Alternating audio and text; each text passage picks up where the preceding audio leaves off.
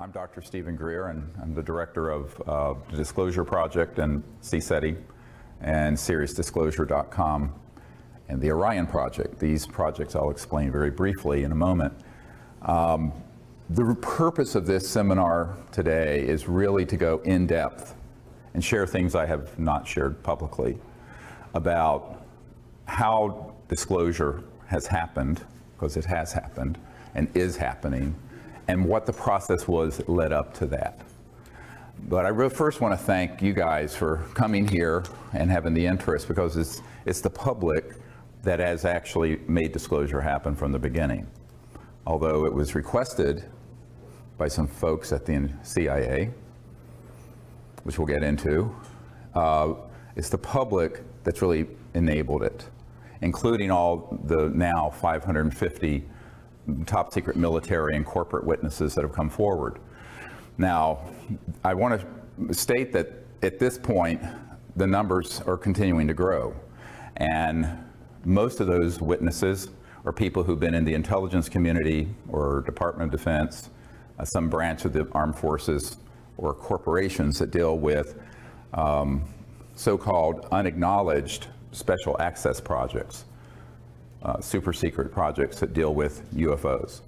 And only about a fifth of them have consented to be filmed and have their persons identified to the public. The reason for that is fear and concern for their own privacy and concerns over some issues that I don't think we need to worry about at this point around the legalities. And we'll get into this over the course of the day.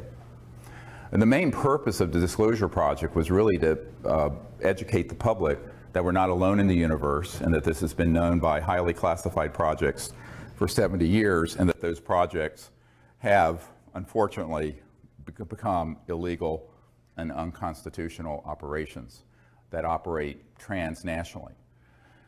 Note that I said transnationally, not internationally.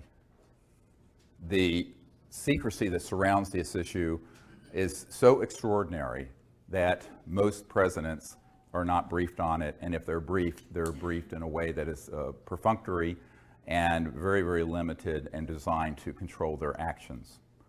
For example, Ronald Reagan was provided some information, but only insofar as it was false, so that he would support SDI, the Star Wars missile defense program, so that he could justify the spending. But for the most part, presidents since Eisenhower have not had appropriate access control. Now, what I mean access control, this means not only access to the program, but control over them. And people need to make at the very beginning, a very clear understanding between knowing and being able to do anything about it. So every single president has been interested in this. Famously, Jimmy Carter, as he was the president-elect, was asked the outgoing CIA director, George Bush Sr., to brief him on this issue, because he had had a sighting. Some of you may know this while he was governor of Georgia. I have that report.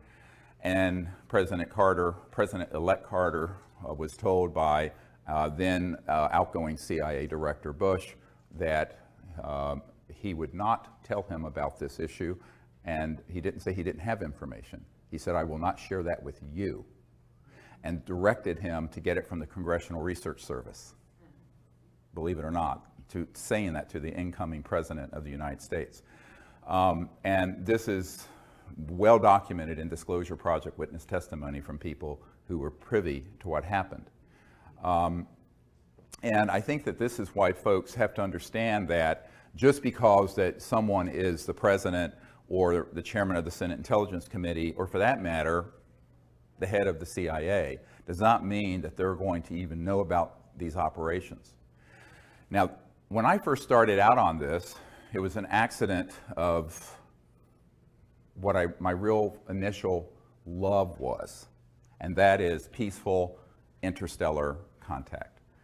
I started out doing what I'm doing, while I was working full-time as an emergency and trauma doctor in North Carolina. because I thought it was time for humans to show a different face to the cosmos. One that wasn't militaristic, one that wasn't xenophobic, one that wasn't fearful, but one that was hopeful and forward-looking. And so I founded the Center for the Study of Extraterrestrial Intelligence 25 years ago, in CSETI, C-S-E-T-I, to do exactly that. And so we set upon this project, sort of just grassroots, and right away, but within a year or two, we had contact. All of you know what happened near Pensacola, where we were out on a beach with about 50 people. A couple of them were Air Force pilots, a colonel and another guy. And there were 4 ET craft that materialized and vectored in and was filmed. Very poor film footage, old high-8, no night scopes, but it was actually quite close. This ended up on the front page of the Pensacola paper the next day. And that at that point, what I was doing got put on the radar scope of the national security state of folks dealing with this. This is the part of the story most people don't understand. I never intended to be involved with this aspect of it, because what I really wanted to do was create a grassroots movement that basically bypassed the US government or any other government to make contact with these civilizations as citizen diplomats, much like Physicians for Social Responsibility were citizen diplomats to the Soviet Union during the coldest days of the Cold War, darkest days of the Cold War, but on an interplanetary, interstellar level. Unfortunately, I got diverted, not stopped from doing that other project, the CE5, Close Encounters of the Fifth Kind Initiative, which is when humans go out and intentionally make contact.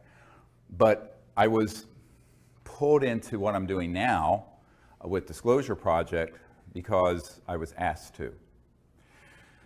So within a month of that event in Florida in March of 1992, I was asked to go to a conference in Atlanta. Now, I thought it was just a conference. I got there and it was half of magic, this covert group that deals with UFOs there. The former head of Army Intelligence was there, there were NSA people there were DIA people there, et cetera and so on. And they proceeded to sort of ask me, what the hell do you think you're doing? I said, well, I'm doing what you can read. It's all public. I don't have any secrets about it. We're a team to make contact with these civilizations outside of governmental channels because the government is broken. And I was informed it was none of my business and not to do it. And I said, try stopping me. So we kind of had a mano a mano, was not pretty, till 3 in the morning in a hotel room. And, and I said, this is what I'm going to do.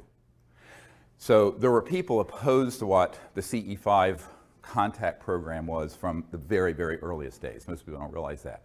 On the other hand, there's a senior official at the CIA who flew down on a jet to my town in North Carolina, Asheville, North Carolina, to say, do it and don't give up. Someone's got to do this because it's completely out of control.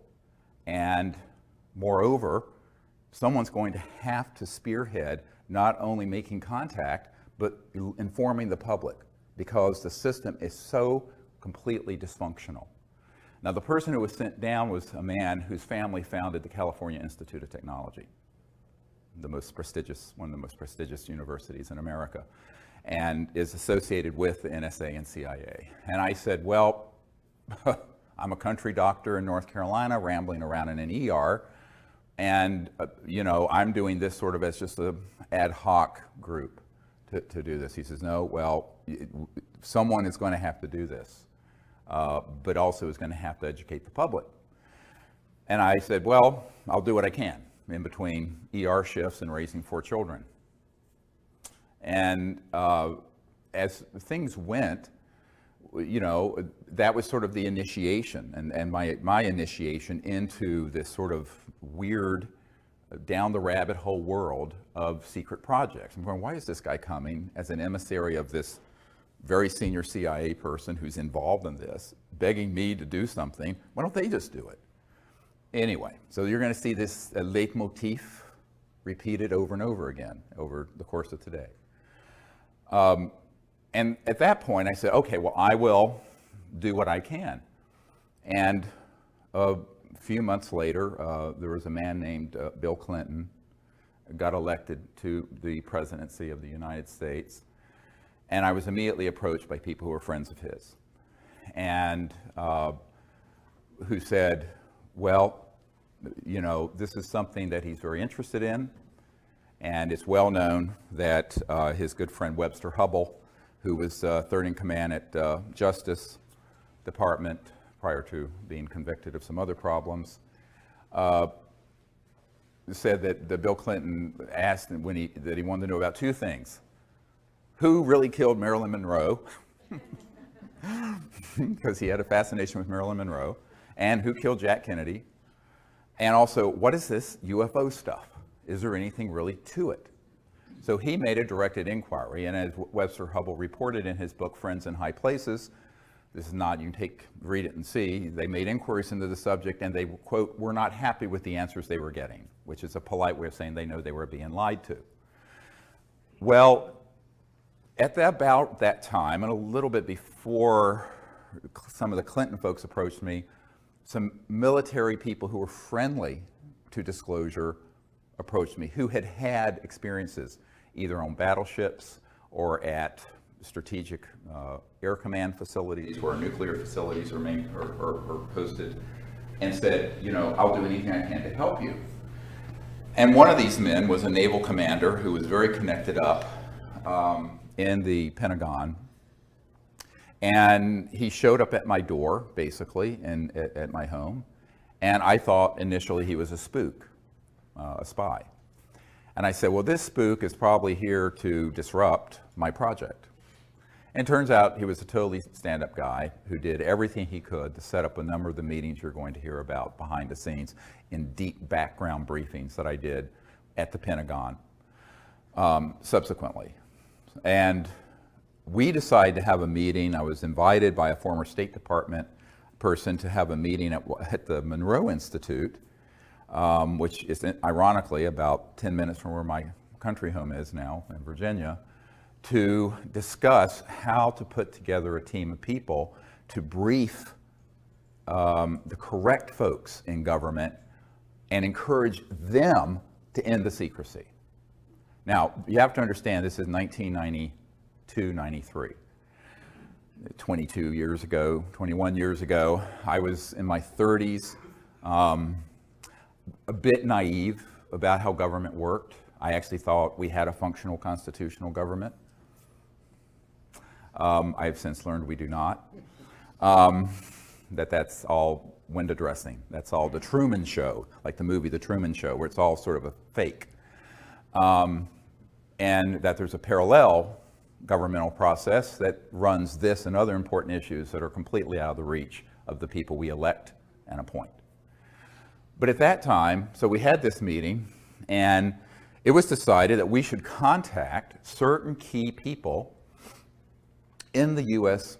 government to, in military speak, deconflict the CSETI contact teams from Air Force and other military operations so that they didn't interfere with us and we didn't interfere with them. That was the purpose of it, was to deconflict that, because we didn't want interference from those guys with what we were doing, which we were getting a lot of interference. We were getting helicopters, jets, all kinds of stuff coming in to our contact sites, and we still do to this day, which have been filmed and documented. So unfortunately, we said this is something that is really critical if we're going to make contact and not have it become something where something terrible happens accidentally. Okay, so my military advisor who came forward said, let's see what I can do and run this up the flagpole, as they say. And so he knew the head of intelligence for the Joint Chiefs of Staff, an admiral, who, Admiral Kramer with a C, C-R-A-M-E-R. And he went in, had a meeting and said, look, we really need to have a meeting with the Air Force intel people at Wright-Patterson Air Force Base, to which the Roswell remains were sent. and which still had what was called the National Air Intelligence Center, and then it became the Foreign Aerospace Technology Center. It was always FTD, Foreign Technology Division of the Air Force, back in the 40s and 50s. It's gone through many name changes. It's the same facility at Wright-Patterson Air Force Base in Ohio. And he said, okay, let's see if you can set up a meeting. And the admiral, now this is the head of intelligence, Joint Chiefs of Staff, pushed back from the desk and said, are you serious about UFOs and extraterrestrial intelligence? And the commander, military commander, who was volunteering to help us, said, yes, we're very serious. And so the admiral said, okay, I'll do it. So they refused to take the meeting. Now, so what happened is that J2, what's called J2, head of intelligence joint staff, called the head of Air Force intelligence and said, you will make this meeting happen. And Dr. Greer will be received there because they have something to discuss with those folks. And that was now the fall, September 1993.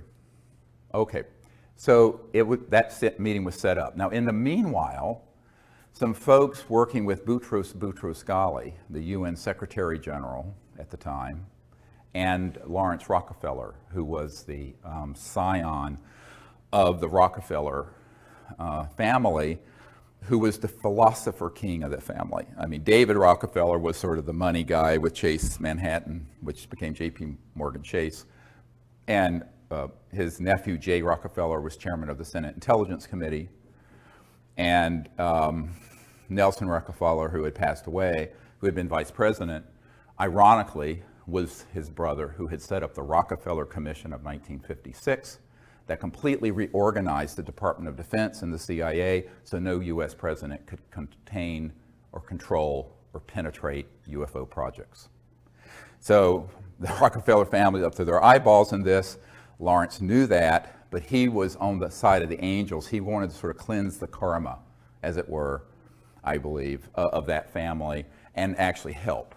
So a lot of people have, of course, attacked me for knowing a Rockefeller as proof that I'm sort of part of some cabal. I said, no, they contacted me because Lawrence knew that what we were doing was really novel and was effective because he had sent people, it turned out, to some of our events where we had contact, where we did the CE5 protocols and ET craft would appear and then disappear. He went, he took this information back to Lawrence and said, this is no joke. So Lawrence Rockefeller invited me up to New York and then invited me to his ranch, the JY Ranch in Wyoming. And as you know, that's where the Clintons, for the first couple years of their presidency, would vacation in August. But I was asked to go there in September of 1993 to basically share what he thought would just be the information about the CE5 initiative. Lawrence Rockefeller did not know about the initiative to brief senior governmental officials and encourage them to end the secrecy, which had started a few months prior to that at this meeting in Virginia at the Monroe Institute with a select number of folks that my military advisors had gathered together that was July of '93. So he just thought it was going to be a discussion about the protocols of the CE5 initiative, remote viewing, making contact, interstellar diplomacy, all of these concepts. And so we decided that it was really time for us to go ahead and have some meetings like this with Lawrence. And I said, okay, I'll go because I have to go out. I'm on a trip anyway, taking time off from my medical work in the ER to go to Wright-Patterson Air Force Base, which also Lawrence knew nothing about. Lawrence Rockefeller knew nothing about. So here's what happened. I was going to go to the Rockefeller Ranch just as sort of a guest to share this, and during the course of a sort of a round table, and there were all kinds of people there. Robert Bigelow of Bigelow Aerospace, who's a billionaire, was there. A whole bunch of people who of various backgrounds in the UFO subculture, some friendly to what we do and some incredibly unfriendly, who we found out were working for the intelligence community, were there. And there was this gathering at this famous Rockefeller Ranch in the Grand Tetons. So one day it came up what else I was working on. I said, well, we've initiated a project to brief senior government officials in the Clinton administration and the Pentagon and members of Congress so that we can terminate secrecy on this issue and get the government to change policy, because we understand that the incoming president is favorable to that idea, which was, of course, Bill Clinton. And as a result, you could have heard a pin drop in the room. Nobody knew at all. And the first thing Lawrence Rockefeller said, what, it was like this. What are you doing? I said, well, I'm going straight to Wright-Patterson Air Force Base after this meeting to brief the colonel over this Foreign Technology Division of the Air Force. And then I'm going to, in a couple months, brief President Clinton's CIA director. So at this point, Lawrence Rockefeller and everyone there were in a state of shock. Now, that initiated what has been incorrectly called the Rockefeller Initiative. There was no Rockefeller Initiative. Let me explain that in a moment. What it was an initiative because he found out what we were doing, and his people said, you've got to get involved with this. So Lawrence wanted to play a behind-the-scenes role, and that's why he was willing to host the President and First Lady at the ranch to provide what we put together, which was called the best available evidence, which is the collection of best cases, best photos, best government documents we had that were extant at that time in 1993. So the president was invited out in the following summers, 2 summers, to the Rockefeller Ranch for that purpose. And the UN Secretary General, in the meanwhile, and his wife came to some meetings in what are called salons. A salon is when someone hosts a very nice meeting in a private home with dignitaries, and you have a guest, usually some surprise guest or some interesting character like me, to come in and inform the New York 100 about what's going on. So that's what I did, and they were incredibly successful. Subsequent to that, Mrs. Boutros-Ghali invited us to have a meeting at the UN so I could brief a lot of the diplomats and friends of hers in the UN who were supportive of ending secrecy and making peaceful interplanetary contact. And actually, Leah Ghali herself hosted that for me at the United Nations. I'm just trying to give you sort of a sense of what happened before May of 2001 with what's now very famous National Press Club event. So this was all going on with the idea that if we were to provide the correct information to the president and to his advisors and to members of Congress, to key people in Congress, they would do the right thing and would disclose this information, because the Cold War had ended, and we thought, here's a fig leaf to put on the secrecy, even though it's a bit of a misdirect. But politicians always need to have a cover. CYA, Washington's all about cover your ass.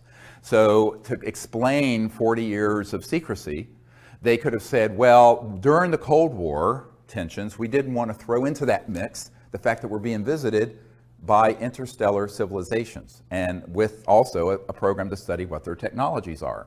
And now that the Cold War is over, we can come clean. So I was recommending that they use that as an excuse for the chicanery that had gone on between 1956 and 1990s, 40 years. Well, it was an interesting thing that happened. In the fall of 1993, I was given a lecture at the Colorado State University, hosted by astronaut Brian O'Leary and Maury Albertson, who was one of the co-founders of the Peace Corps. And they became very, very close friends and supporters of what we were doing. And in that presentation, I laid out the entire sort of manifesto of justifying disclosure, ending secrecy, and what we should do. And at the end of that talk, and I don't know, there were maybe 800 people there, 1,000, something like that. There was a man, a little bald man, standing at the back of the room. And he wouldn't leave, and he waited till almost everyone was gone. He came up to me and he said, Dr. Greer, I think I can help you with this. I know some folks in Washington who want to know about this, but they're not getting any good answers. I said, well, like who? And I thought he was going to say, you know, staffers for Congressman blah blah from Nowhereville, Montana. And he said, well, I'm very good friends with the Director of Central Intelligence, the CIA Director, and he would like to be briefed on this. And of course I said, well, that's a good start. So initially that meeting was set up for November of 1993, and it got pushed back because of scheduling conflicts that he had and I had to December 13th, 1993. My wife, Emily, was there with me. And the cover story was a dinner party just here in Arlington at this man's home, and with his CI director and with his the CI director's wife, Dr. Sue Woolsey, who was the chief operating officer of the National Academy of Sciences. So, which is very good because I feel, well, we can get two birds with one stone here because she's a very senior scientist in a very prestigious institution. So again, we got a nanny for the kids, flew up to Washington, had this meeting. Now, normally when you meet with someone at cabinet level, it's a, very tight, maybe 20 minutes, 15, 30. This went on for about 3 hours. And the initial part of it, I had this whole briefcase and portfolio full of all these images of photographs and documents and cases and all this stuff. And after about 10 minutes, the CI director said, okay, I know this. We know that they exist. And it turns out he and his wife had had a sighting in New Hampshire when they were younger.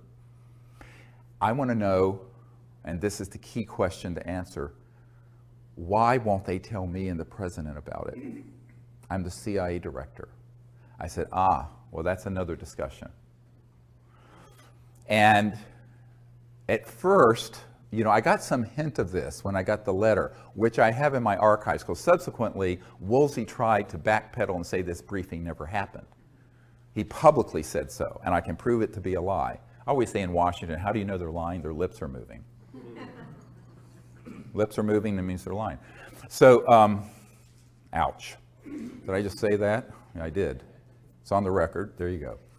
So, but the letter I got describing the briefing from our host said that you're going to be the first person to brief the president's people and his CIA director on this issue because they've asked questions and they can't get anything through channels. Now, at that point, I have to say, I thought I was being Zoomed. I really thought this was a prevarication and that this spy master, the CI director, just wanted to pick my brain, find out what we were doing with folks like the Rockefellers and da-da-da. And it turned out he 100% was out of the loop. He knew nothing about these projects, and he was being completely deceived by those who had compartmented intelligence within the agency, the CIA, and he literally was the emperor that had no clothes, and so was the president. So it was at that point, on December 13th, 1993, that I realized that we were living in a country that had undergone a quiet coup d'etat decades earlier. That isn't talked about in the New York Times and Washington Post because it would be the biggest story ever and the biggest scandal ever. They'd rather talk about the blue stain on a dress and other trivialities, or the stain on a blue dress, and rather than talking about the truth. And we, at that point, had put together a white paper, which is in my first book about extraterrestrial intelligence, which you can get on our website at seriousdisclosure.com. And it describes basically the plan of what needed to be done by the chief executive, the president and his people, to end the secrecy. So I had that in my hands, and I was giving it to to the CIA director as he was leaving, and he looked at me and he said, "How can we disclose that which we have no access to?" Very chilling question. So, in other words, if we were to push on this, then it would unveil the biggest constitutional crisis in the United States history. And no president wants to admit that they're out of the loop on important things. No one wants to admit that. Therefore, he said, "We will do what we can do. I will continue to look into this. Please continue to send any information you have to me through this contact. But we'll have to see what the president can do." That meeting, as I said, was about 3 hours. Most of it was talking about contact, the technologies, why secrecy would be as extreme as it is. And this is, the why of secrecy is much more difficult for people to get their minds around than the how. So let me first do the how. Everyone thinks there's something called above top secret. Well, in the United States government, most governments, there's no such thing. There's actually confidential, secret, and top secret. But then within these classifications, there are compartments. So you have TSSCI, top secret special compartmented intelligence. So TSSCI, it's the compartment you're in that matters. Some compartments, like what Edward Snowden exposed about PRISM, was a compartment that the president and the oversight committees of the Congress knew about. However misguided they may have been, they were legally overseeing compartments, which is why he's in trouble. There are other compartments that are unacknowledged special access projects. Special access projects require these clearances, and the unacknowledged ones mean exactly that. They are acknowledged to no one outside the compartment. And that includes the President of the United States or the Chairman of the Joint Chiefs of Staff or whoever.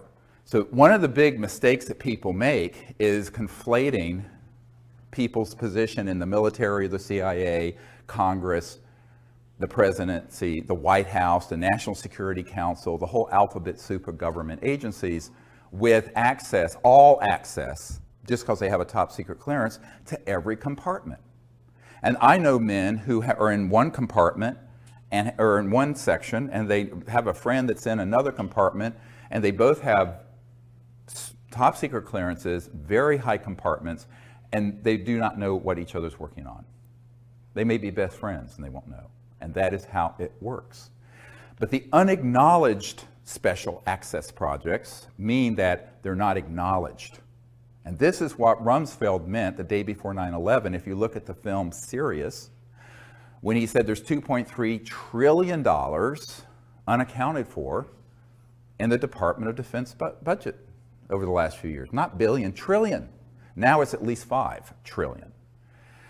And now this is no flaming liberal. This is Donald Rumsfeld, okay, who dragged us into this misadventure called the Iraq War, along with Dick Cheney and some other neocons who didn't understand the Middle East, obviously, or anything else for that matter, dealing with world politics. And so, but he literally said that. Now, I don't know if he knew it was being filmed, but it was, and we got it, and it's in the film Sirius.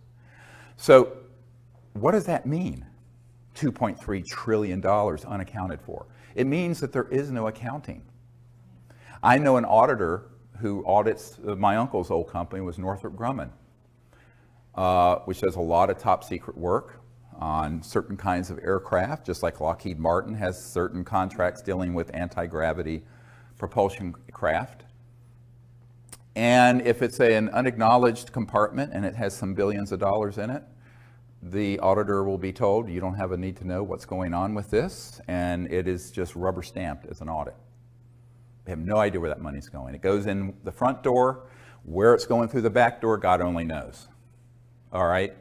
We estimate between $100 and $200 billion every year is going into the unacknowledged government.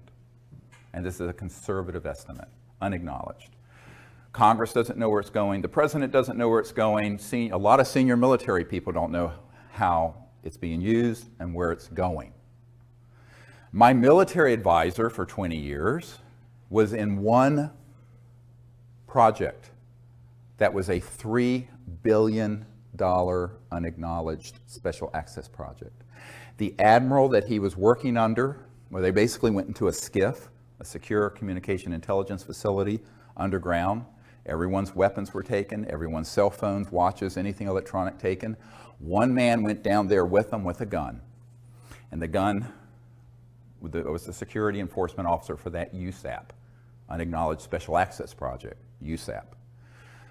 And they were all told, the guy took a bullet out of the chamber and they said, if you tell anyone about anything going on in this unacknowledged project, there is a bullet with your name on it and it will find you somewhere, somehow. Now, this is not a movie. This is actually how that world works. That's the world I've lived in since 1993 or been exposed to. And so that is serious stuff. And they mean it. And so my military advisor said, oh, absolutely, this is no John le Carre novel or John Grisham story. This is really how the unacknowledged super black world operates. Now, of all the projects that are unacknowledged, black bag operations of all kinds, special operations of all kinds, the blackest and the most unacknowledged are ones dealing with UFOs and extraterrestrial intelligence, by far. And so that's why when you read the document from early 1950s from Canada, the Wilbur Smith document, where he says, after talking to someone in the United States government, this is a Canadian top secret document that got declassified accidentally. It's on our website.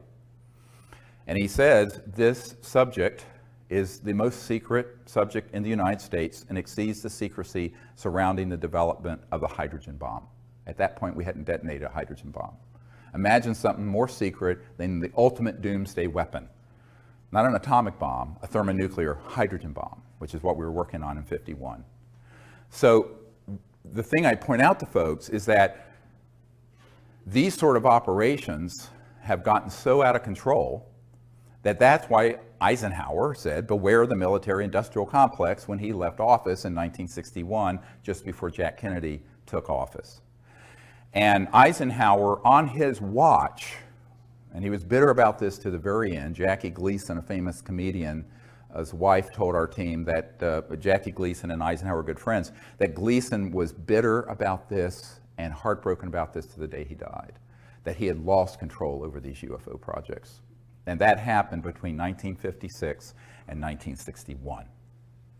Now, why did this extreme, so this gives you an idea of how unacknowledged special access projects work.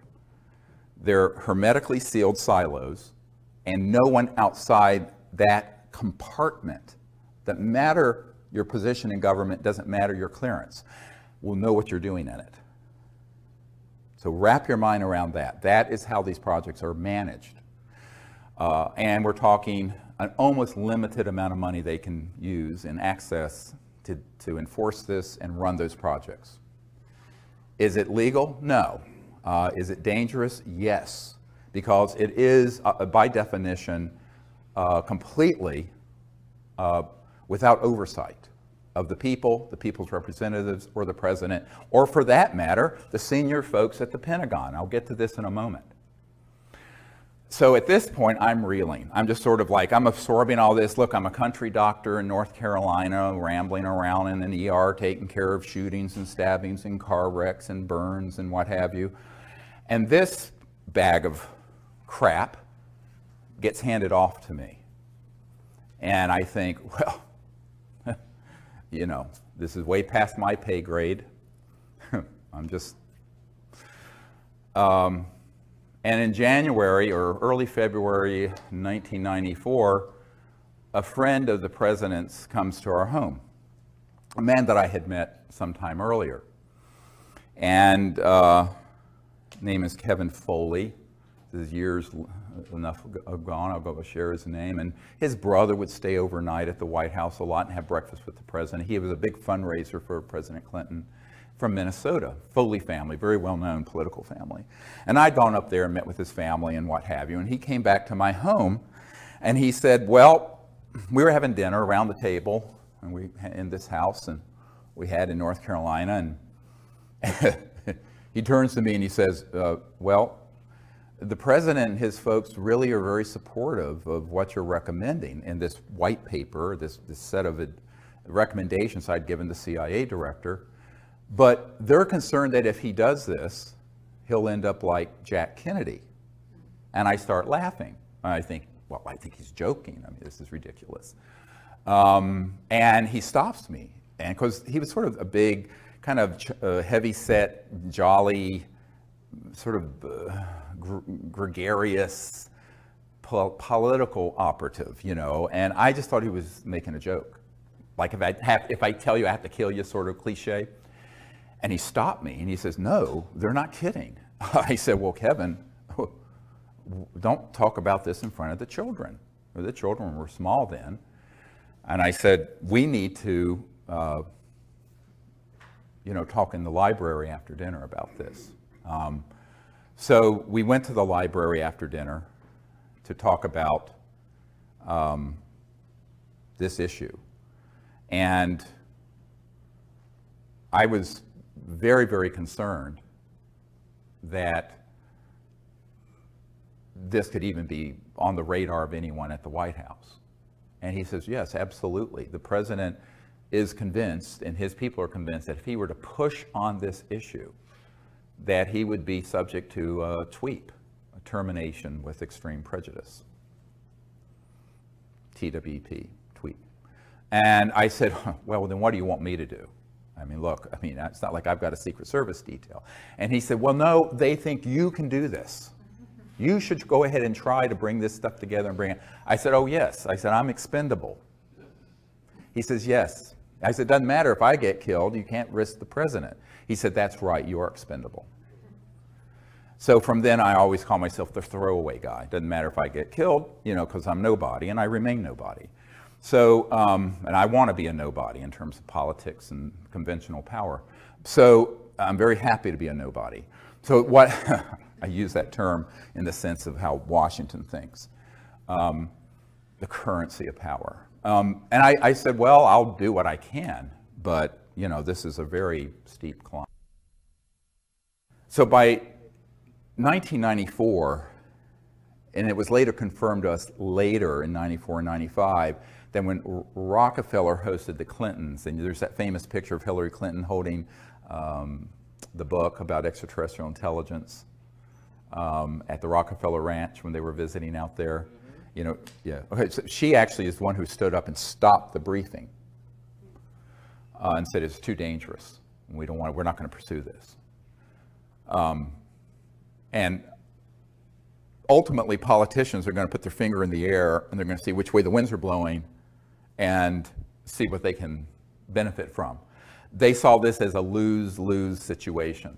In other words, it was a situation where if they were to push on this, they would be stepping on some very big toes. Very, very big toes. How big? Several $100 trillion of world economic activity. Now let me back this up now. So the how is hard for some people to wrap their mind around when it comes to this kind of secrecy, but the why is the pièce de résistance. Because if you look at what these projects that are unacknowledged special access projects are doing, what they really have been doing has been trying to acquire, as this top secret Canadian document, the Wilbur Smith document in 1951 states, the modus operandi, the mechanism of action of these extraterrestrial vehicles, meaning the technology, the science and technology. Because if you're interstellar, you're not using Exxon Jet A fuel. You're not using a rocket like SpaceX and Virgin Galactic is using. You're not using something like the space shuttle. You're using some technologies that are the trans-dimensional end of physics, very high energy electromagnetic field propulsion systems. that allow you to drop out of 3D space and appear at another point in space by going through other dimensions. Okay? Now, you can do that without going transdimensional by just creating energy from the so-called zero-point field and creating an anti-gravity effect, so you have lifters so that you can go 100,000 miles per hour, make a right-hand turn with no deceleration effect because you created a bubble in space-time that corrects for one gravity. That's what a lot of the, quote, UFOs are that people see being test flown out near Nellis and the Dugway Proving Grounds in Utah, and et cetera and so on. We mastered gravity control October 1954. I was not a twinkle in my father's eye. Most of you weren't born at that point. I wasn't. And that is when we mastered gravity control. How do I know this? The third highest ranking official at the Naval Research Labs, the largest defense lab for the Department of Defense here in Washington, has been a friend for years, and he was in the vault and saw the documentation for this, unredacted, because it's all the original documents, and that was the date. So we have not needed jet engines, rockets, oil, gas, public utilities, surface roads, think about this, steamships, internal combustion engines of any sort for at least 60 years. And if you really go back to the earlier part of the century, we're just plain free energy from Tesla type things, 100 years. But you're stepping on a stockpile of money and commodities and mineral wealth being traded, oil, coal, other uranium, that's worth in the aggregate several $100 trillion. The US federal budget is $3 or $4 trillion. And if you take out entitlements and things that are mandatory, it's a fraction of that. So it's the tail is wagging the dog here. So the financial interest, the petrodollar interest, the big commodity trading firms like Goldman Sachs, and the big money folks, that's where the action is. And those are the masters. Not the president, not the Congress, not the UN Secretary General, certainly, not the Prime Minister of England, etc. So let's just pull the mask off and just admit that we're living in a period of petro-oligarchs, kleptocrats, klepto meaning theft, like a kleptomaniac, kleptocrats, and that this sort of myth of free markets and a free society and an open and free democracy is just a myth. Because our democracy was hijacked decades ago. Now, on trivial issues like the marginal tax rate or whether you're going to raise or lower payments for Social Security, the President and Congress can fight about that, and it's sort of this show going on, a whirling dervish show of nonsense that goes on. On these issues, they don't want those clowns, is how they view it, dealing with it. So this permanent, unacknowledged covert program has put a lead ceiling in. And only rarely does anything bubble up from there, or down, I should say, to the body politic out of these unacknowledged special access projects. So it became my task to find out how to do that and live to see the next day, all right? Because it doesn't do me any good if I do it recklessly and I'm dead. You can't do anything if you're dead. Well, you can, but it's different. So you're doing other things. So this became really the central issue. And Lawrence Rockefeller, I suggested, look, we need to then, if the president will not do this, we need to get together a group of people, put together this best available evidence, and also assemble top secret folks who will have the courage to provide credible documentation, testimony about what they've known. So I suggested and organized a meeting at a Silomar facility near Monterey, California in June of 1995. Edgar Mitchell was there with me. Marina Popovich, who was a very renowned cosmonaut in the Soviet Union. Some KGB officers were there, and some of the early Disclosure Project witnesses were there. Now this is 95, this is 20 years ago. And Lawrence paid for it, and Lawrence Rockefeller said, look, you know, I will totally support doing this. And when I was with him at the ranch, I said, well, why don't you take a public leadership in this? I was talking to him out on his deck with the beautiful Remington Native American sculpture that's, you know, with the Native American on horseback, you know, they're very famous. Of course, they have the original of everything. And I said, I need your help. He says, oh no, it's too dangerous for me. He says, there are members of my family already jumping up and down on my feet that I'm doing this much. And I knew he was talking about he was talking about, the money people in his family. He was the philanthropic guy who just wanted to give away his wealth before he died. That was his whole purpose. Really sweet man. And so I said, well, okay, you know, I told him, you're old, you're rich, and you're a Rockefeller. I'm a nobody. I'm a North Carolina doctor who's trying to do this with no resources. He says, I'll be behind the scenes. And he took his old hands and did this, and he said, it's like a flock of geese. You know, we're all flying together. I'll be back here, and you need to be here. I said, well, yeah, but that head goose gets all the head. They take turns. He said, no, you be up here. It was very comical. I said, oh, oy vey, this is like, I said, okay, that's what we'll do then. And he wanted to just stay behind the scenes, but he was provide that support, hosted the Clintons. So we had something called Project Starlight that formed before the briefing of the CIA director. That was the code name for what became the Disclosure Project that all of you know about. And Project Starlight, with the AP, the Associated Press sued the Clinton Library and got those documents. Those documents are in my first book. And at Asilomar, we had all these dignitaries, including Kevin Foley and astronaut Edgar Mitchell and Marina Popovich, and all these folks sign a letter to the President of the United States recommending ending the secrecy. It's in my first book. Buy it, get it, see it, read it. And that, however, was the Associated Press a couple years ago sued the Clinton Library and got those documents, and they put them out on the internet. Now, at this point, we knew by 95, the president, with all the cajoling we could do, with all the work Lawrence was doing behind the scene, hosting Bill and Hillary at the JY Ranch for their vacations.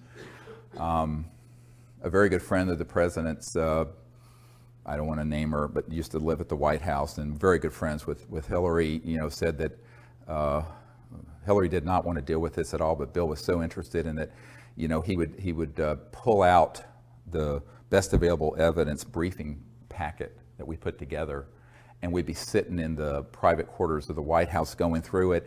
And she's this hilarious woman who did a perfect imitation of Bill Clinton. And he said one time they put it out on the floor and she was sitting there with him. And he was going through it going, well, I know all this is true, but they won't tell me a thing, not a goddamn thing. Just like that, about all these secret programs. So when she told me that, I said, it sounds like Mr. Clinton. So from 95 until 98, I proceeded then to approach various members of Congress. And we had already started that process thinking, well, okay, if the president won't do an executive action and force his way to control these unacknowledged special access projects, maybe a member of Congress will have the courage to hold a hearing. And since we now have identified, first it was about a dozen, and then it became several dozen top secret guys that could be subpoenaed and swear under oath with penalties of perjury, federal penalties of perjury, if you're testifying before Congress. Go ask some folks who are in prison for lying to Congress about what they knew. And so I started assembling these folks, the first meeting of which was in June of 1995. I'd met with a number of them one-on-one, but there's strength in numbers. So I realized that if we came together as a group and they got to know each other, and they felt that it was, they felt safer, they felt protected if they were all doing it together. You see what I mean? Brilliant. Okay, so that was what I did, is pull people together. Because these men and some of the women involved were terrified about speaking about this on their own as lone wolves. But I said, let's get a mass of us together and do it. So that first gathering was very historic, because it was sort of presaged what we did in 2001. Now at that point, you know, I decided, look, we are going to have to be very careful with this.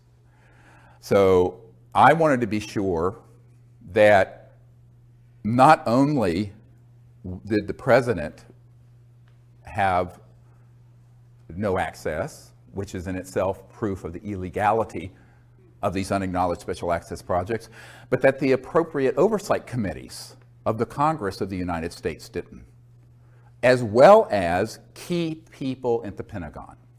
So I proceeded then to do a series of briefings. And in 1997, here in Georgetown at the Westin Hotel, we gathered together, I think about 25 of these top secret guys in a closed meeting, not open to the public, to invite members of Congress, members of the administration, and people from the Pentagon to hear what they knew. And it was a very well organized private event. No media was there and the public didn't know about it. It was in a very limited way. And the idea was that we wanted to get a member of Congress, and like Congressman Dan Burton, who is chairman of the House Government Oversight Committee, Reform and Oversight Committee, that issued 1,000 subpoenas to impeach Clinton about the stain on the blue dress, was there. And he was interested because one of his closest friends, who kept his appointment schedule, had had a UFO come outside her window in Indiana some years ago and told him about it. So he knew the UFOs were real. And he turned to us and he says, I want everything you have, everything you have. And then someone got to him and he didn't hold the hearings. But there were many members of Congress and other people. There were people from the Vice President Al Gore's office there. There were people from the White House. There were people from the Pentagon. The day after that event, I went straight to the Pentagon and did a briefing, what's called a stand-up briefing for J2, the head of intelligence for Joint Chiefs, a different one from the one who forced the meeting at Wright-Patterson Air Force Base. And this Admiral Tom Wilson hosted us at the Pentagon in the E-ring, you know, where all the admirals and generals are, the outer ring, because they get the views. So the inner ring can't see anything. And I went there with astronaut Edgar Mitchell, myself, a couple of the Disclosure Project witnesses, and my assistant, Sherry Adamak. And what was fascinating is that before I went, I had my military advisor send to the Admiral a document I had received. And it's the first top secret document in the briefing for the President that I did for Obama, which we'll get to in a little bit. And in this is dated from the 90s, and it's from Nellis Air Force Base, what people call mistakenly Area 51. It's not the proper name. And this document actually was a security alert because there were some UFO spotters who had penetrated the perimeter of Nellis, and they were going to have to shut down operations with their EMGs, their electromagnetic anti-gravity test flights in that range that they have built. And the list is fascinating for the names of the compartments. And I just want to share a few of them just because, and this is dated 28 July 1991, 0900 hours. And it's from the National Reconnaissance Office, NRO, which is the super secret spy satellite operations part of the Air Force originally. So it went to Commander's Net, Royal Ops, Cosmic Ops, that is a clearance.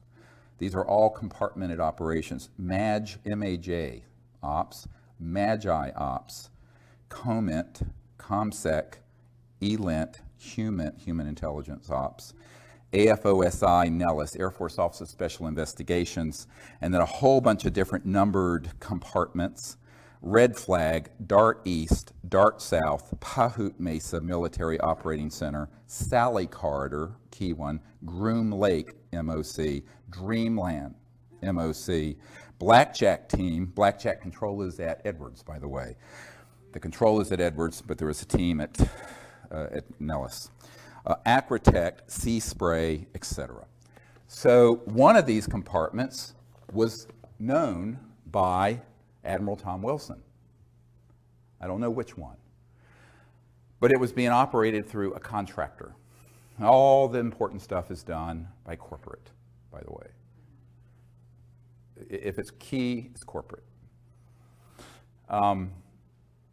Lockheed Martin, EG&G, E-Systems, Raytheon, Northrop Grumman, Booz Allen Hamilton, on and on.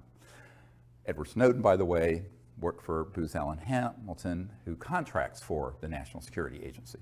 So the corporate world is actually where most of the USAPs get centered.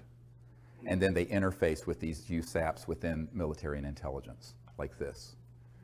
And if you approach it from the government, they say, well, it's, it doesn't exist. And you approach it from a corporate, it's privatized.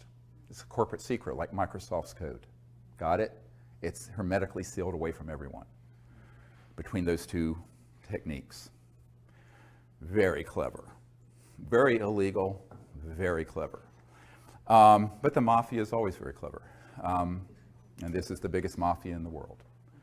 So when Admiral Wilson recognized one of these compartments, he contacted them. Now this is prior to me and Edgar Mitchell and other people arriving at the Pentagon in the spring of 1997.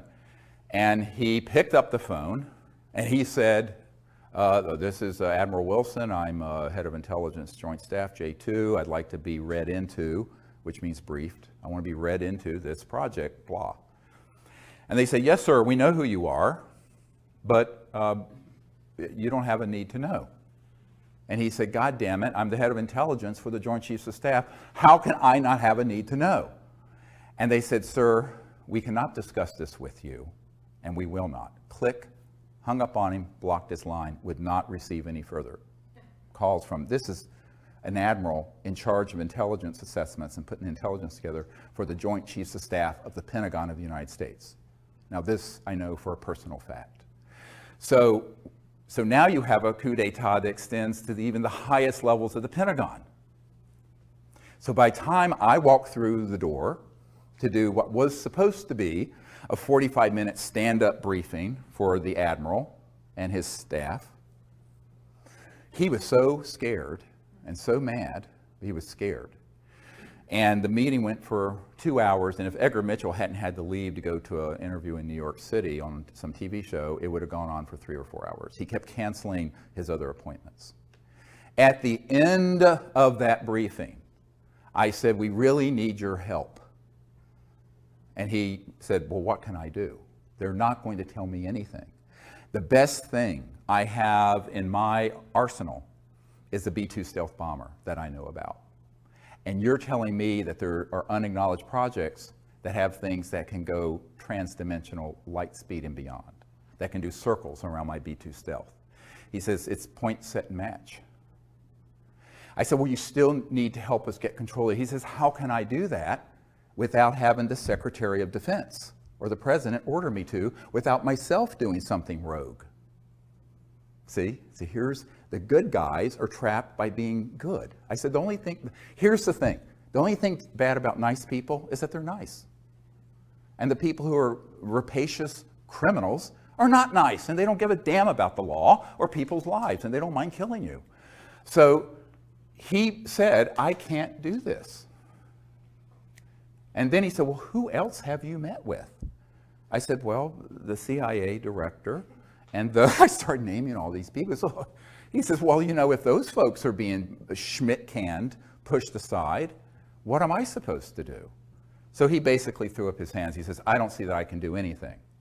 There was a man named Gordon Cooper who most of you may know was someone who gave us testimony about the craft that landed on the dry lake bed in California, Edwards Range, back in 1956, I believe it was, that his crew filmed, and he saw the film footage and sent it back to the Pentagon. Well, Gordon Cooper, a very heroic figure, an early Mercury astronaut, and I were speaking to a conservative group called the Federalist Society here in Washington, who were very interested in this, because they were interested in the unconstitutionality, because they're strict constitutional. And I will speak to any group, I don't care, you know, I mean, it's fine, politics, I don't care. So, I mean, I agree with the group's politics all the way through, but they were interested, and they invited me and Gordon Cooper, so we went. So, my wife was with me. It was here at the Hyatt, I think, near Capitol Hill. And I was going, so I started talking to Gordon and comparing notes of people we had talked to within the system. And he had been asked by Secretary of Defense Cohen, C-O-H-E-N, who was Secretary of Defense for Bill Clinton. Bill Clinton, Secretary of Defense, had asked him directly to give him all the actionable intelligence, all the details needed about that landing event of a craft at the dry lake bed in 1956, because he wanted to see that footage. And he got back to Gordon Cooper and said, I can't find it. It's not accessible. It's in this unacknowledged project, and the Secretary of Defense. So there's another person proven out of the loop. So I started making a list of all the people who had been denied access, who by all rights absolutely must know if it's a legal program. Secretary of Defense, President of the United States, CIA Director, on and on and on. Then I end up, a couple years after this, getting invited to brief the head of the Defense Intelligence Agency, General Patrick Hughes. Now, General Patrick Hughes was a man, you'd often see him with Madeleine Albright and Bill Clinton and other people. He was the head of the Defense Intelligence Agency, which is like the CIA for the Pentagon. It's almost as large. And it's their in-house intelligence shop, whereas, you know, the CIA is a civilian agency, but this is a military intelligence. But the Defense Intelligence Agency is sort of sits on top of all military intelligence. And he was the director. So, and he's a 3-star general. So I get invited to brief General Patrick Hughes at the Pentagon. So I think, well, let's see what he knows. Of course, he wanted to know what I knew. So again, I sent him a full dossier and briefing prior to arriving so he'd be adequately brought up to speed. We had a meeting scheduled. I go to the Pentagon, full military escorts in, like you always have in these areas. And I go in, and we start talking about this. And he says, well, I find this amazingly interesting. He says, but in all my years in the military, I have never been told anything about it. Nothing. And I said, well, it doesn't surprise me. There are other people in your position. He says, he got up and he went over to a bookshelf. And on it was a little, like you'd get at a toy store, a little E.T. doll, like about this big. And he grabbed it and he says, this is all I've gotten for my inquiries about this issue through channels. In other words, someone gave it to him as a gag gift. Now, there was a full bird colonel sitting at the table during this briefing, and I started explaining the way, you know, these particular, and he knew what an unacknowledged special access project was. This is no, he says, but he didn't know about this one. And he wasn't being, he says, well, I can't imagine that there are operations within the Defense Intelligence Agency that know about this, and they wouldn't tell me when I've asked. I said, well, they do. I mean, they lied to the president, they lied to the CIA director, and they'll lie to you. And the colonel visibly stiffened. Because I said at that moment, there are people on your senior staff who are tasked with this issue, but they don't want you to know for whatever reason. And this colonel stiffened. And my military advisor and I compared notes later, that guy was on the inside lying to the general. The colonel was zooming the general. Illegal? Yes. Treason? Yes. Happens every single day at the Pentagon and CIA. So when you're dealing with an unacknowledged special access project this sensitive. So these are not conspiracy theories. I've been there. I'm the guy who set up these meetings and was there. And I will say that I'm the only civilian you'll ever meet who's had meetings of this nature with people like that all over the world. So I wanted to put this on the record. Now, after this, we had about a 15-minute discussion, and then the general told me something very surprising. He says, you know, my father, this is General Patrick Hughes telling me, my father knew of some kind of illegal conspiracy in the U.S. government back in the 50s and 60s, because he was also a very high official, that was so serious, and we thought the old man was a kook, referring to his father. And he says, I thought this would all be nonsense until I got into this office, until I became the head of the Defense Intelligence Agency, and contrasted with what I'm being told with what I've seen received from the Disclosure Project, well, Project Starlight at that time. And he said that, you know, my father was so upset by this, he eventually ate his gun, committed suicide. And, yeah. You know, and you know, so the weight of this is huge, huge. So I said, well, you know, you just move on. But he said, I don't know what I can do because they're not going to tell me anything. I said, but I have Disclosure Project witnesses inside the DIA who've seen satellite imagery of ET craft out in space. We have their testimony. He says, well, they won't tell me anything. So, of course, what you realize is that these positions rotate. They're there for a year or two or 3 or 4. The president, if he's lucky, 8. But there's this permanent system. So let's call it the permanent secret government versus the one that sort of is this revolving door of folks. Sometimes the people in that system know and sometimes they don't. And since the mid-1950s, the criteria for being on the inside of the secrecy is the following. And this is how I explained it to a 5-star admiral in England, who is also one of our witnesses, Admiral Lord Hill Norton. He was the head of the Ministry of Defense, and he was a Sea Lord, they called them back then. They don't have 5-star admirals anymore. And he was the head of the military committee for NATO. So I went to his cottage in Hampshire some years ago. Emily dropped me off, took the kids to Salisbury Cathedral, I believe, and I continued on, had a meeting with the admiral. And you know, you get a picture of what my life must be like. So nuts, completely nuts. So anyway, so I'm there with this man, and we're sitting in some wingback chairs in his parlor in what he called his cottage in Hampshire. And which is a gorgeous old antiquity house with the thatched roofs and beautiful. And we started talking about this. He was a very fastidious man. He had a little teeny notepad like this and a pen and assiduously taking notes, very, very. And we got to this question, and he said, well, you know, the entire time I was the head of the Ministry of Defense, which also means you're head of MI5 and MI6 and the intelligence units in England. It's the same position there. It's separate here. You have CIA Director and Secretary of Defense. There it's one head. And he says, this issue was never briefed to me. I was never told anything. And I said, yeah, that doesn't surprise me now. It would have maybe a number of years ago. And he said, and as the head of the military committee for NATO, I was never told, even though I now have learned NATO was dealing with some of these events, such as the big events that were in Belgium with the massive triangular craft and things like that. Well, I said, he says, and I want to know why they wouldn't tell me. It was like his pride was a sense of propriety. Oh, he was a lord in the House of Lords also.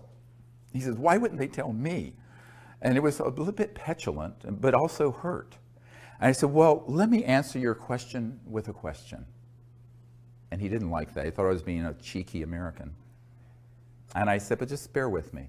What would you have done if you found out that there was a cabal that had run amok of the laws of all the democracies, that had this information and had the technologies to completely fix the environment, end global poverty, create a civilization that would be sustainable for thousands of years with these types of free energy technologies, and that they had killed people to keep this secret, assassinated people, and broken the laws of their country and their solemn oaths to uphold their constitutions to do so. He says, I wouldn't have stood for it for a bloody minute. I said, that's why they didn't tell you. I said, the first thing they do when they make a decision that you're in and you're out of the loop of this issue is whether you'll go along with the secret agenda. If you're going to go along with the secret agenda, they'll tell you. And they'll give you a little bit, and then a little bit, and then a little bit, and bring you up through the system. If they think that you're the kind of stand-up person who would be appalled when they find out what the criminality of this group is, and how illegal it is, and what damage they're doing to the earth and to the humanity by keeping it secret, and that you might blow the whistle on it, like Jack Kennedy was planning to do in his second term. That's why they took him out. And that's why they took out Marilyn Monroe. I have a document to prove it. And top secret document from the NSA vault. It's in my first book. Go read it. Nobody reads anymore. But anyway, what was interesting is that he looked at me, he says, that is it then? I said, yes. They do a soul biopsy, like doctors do biopsies. They do a soul biopsy and a psychological analysis to see if you would be willing to go along with that agenda. If you are willing to go along with it, they'll give you little bits until you rise up through the system. If you divert from the system, they take you out. You're going to be dead. So they've learned not to be too reckless with who they tell, because they don't want to have to kill too many people and leave bodies scattered that looks conspicuous, like they did in the 50s and 60s with John Foster Dulles and President Kennedy and Marilyn Monroe and other famous people. So I said, that's why it's managed this way. Now, you may have had a predecessor who was MOD head, who came up through that system, who knew all about these projects. So it doesn't have anything to do with your rank. It has to do with your values. It has to do with your willingness to go along with an agenda that is the most criminal, evil, dangerous agenda that any potentates have ever had in the history of the world that we know of. And that's what we're dealing with this super secret Magi group. And they are not going to be reckless in who they read into and pull into those projects. So that is something you have to understand. Now, let's fast forward to the congressional initiatives, which I began in the mid-90s. So I mentioned the chairman of the House Government Reform and Oversight Committee, Dan Burton. There was a man, many of you who were low income, like myself. I was very poor growing up. Probably went to college on something called a Pell Grant. Senator Claiborne Pell of Rhode Island started the Pell Grants, sponsored that bill. And he was at a meeting with the Noetic Sciences Institute, and I did a briefing for him and met with him there. And it was very interesting because he was chairman of the Senate Foreign Relations Committee. Very key committee, foreign relations. And he said, you know, I've wondered about this my entire career. We've made inquiries. We've never been given any information through channels. And he said, would you come to Washington and do a briefing for my staff? I said, well, sure, anytime I can come up. I was still living in North Carolina then. And he said, oh, wonderful. And then I looked at him and I said, you know, Senator, the problem with all this is that you're a good man who should be representing humanity to these visitors from interstellar civilizations. And you've been deprived of dealing with the ultimate foreign relations issue, interplanetary relations. And he looked at me through his horn-rimmed glasses and went, you know, Dr. Greer, I'm afraid you may be right. I said, well, I am. Very poignant moment, but that was the way it was. And then I met with Senator Dick Bryan of Nevada, whose home state has, of course, Nellis Air Force Base and the so-called Area 51. He had no knowledge of these projects. So I met with him in a kind of a clandestine little meeting at McCarran Airport in Las Vegas. He was flying in, I was flown in, put on one of those little beeping carts, taken to something that looked like a janitor's closet, opened it up, it was a VIP holding area, and I met with the senator. And we were talking about this. He says, I have never been told anything about this when we've gone into the secure, the SCIFs for the intelligence briefings. And so I provide a briefing to him. And it goes on and on and on and on. I mean, the numbers of people I personally briefed, you know, of course, you know, you probably all know about, you know, briefing, oh, I'm blocking on his name, the Kucinich, who ran for president in 08. And Kucinich was very interested in this, but he wouldn't hold a hearing either, even when he was the chairman of the subcommittee for domestic government reform and oversight. He had had a sighting. Shirley MacLaine outed him during the campaign and embarrassed him. He's very supportive of disclosure. I have his information, I mean, we stay in contact, but he wouldn't hold a hearing. So we went through all these. I mean, it's a whole bunch of people I met with personally. Now, there are people out there who say they're doing stuff with disclosure and lobbying, but they've actually never met with a sitting member of Congress. I'm not going to name names, but that's it. That's what I did for 10 years, from 92 and 3 until 01 and beyond. And also people overseas. The cabinet level member of the Japanese government in charge of science and technology briefed him, very interested. But when I said, will Japan take the lead on disclosure and put this material together? He says, oh no, we can't do it ahead of the United States. He was in terror of the idea of getting ahead of these covert programs. Same thing with meeting with certain members of the royal families in Europe that I met with. And as you know, I provided a big briefing that was given to Prince Charles by Jamie Cromwell, the actor who played, he said he was kind of playing me in this movie, First Contact, a Star Trek movie. And Jamie Cromwell, they had the opening in London, and Prince Charles came and wanted this briefing we were putting together for the president. And so Jamie Cromwell handed it to him. And I got a lovely note back from Prince Charles about this. But not that Charles could do anything about this issue, but they were interested. There's so much interest.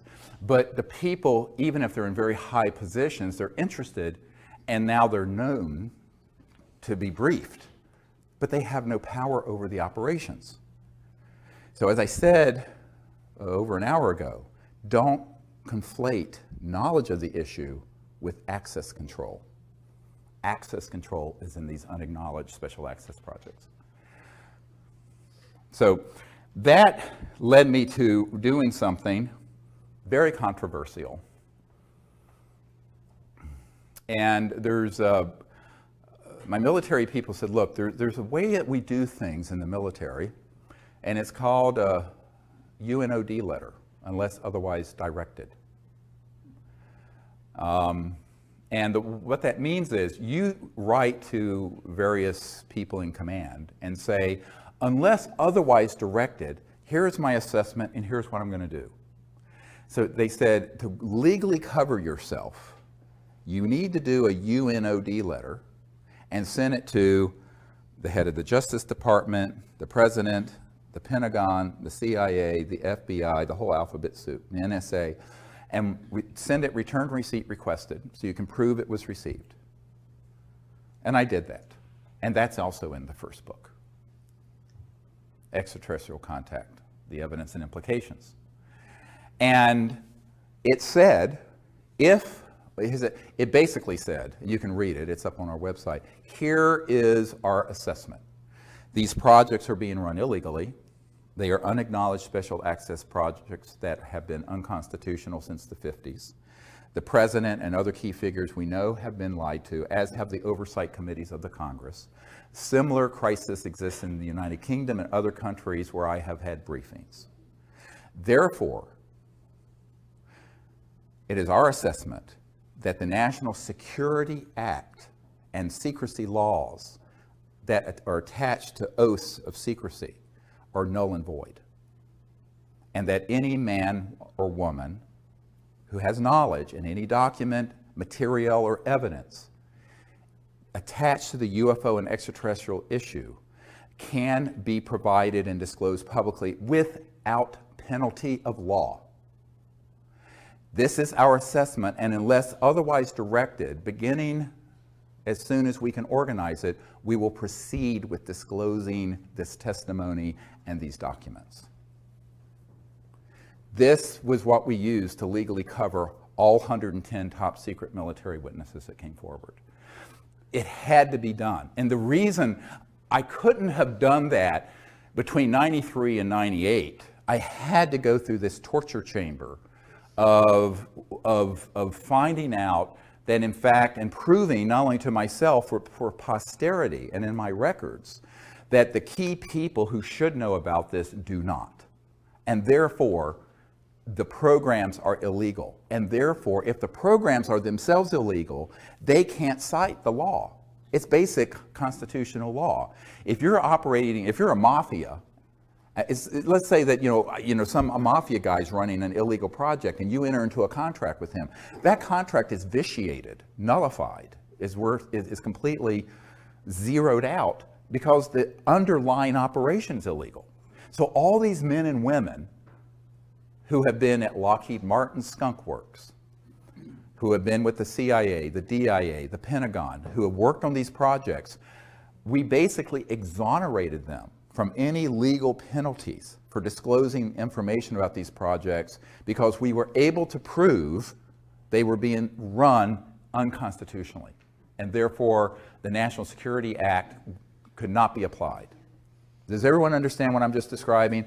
That was the basis for the Disclosure Project of May 2001.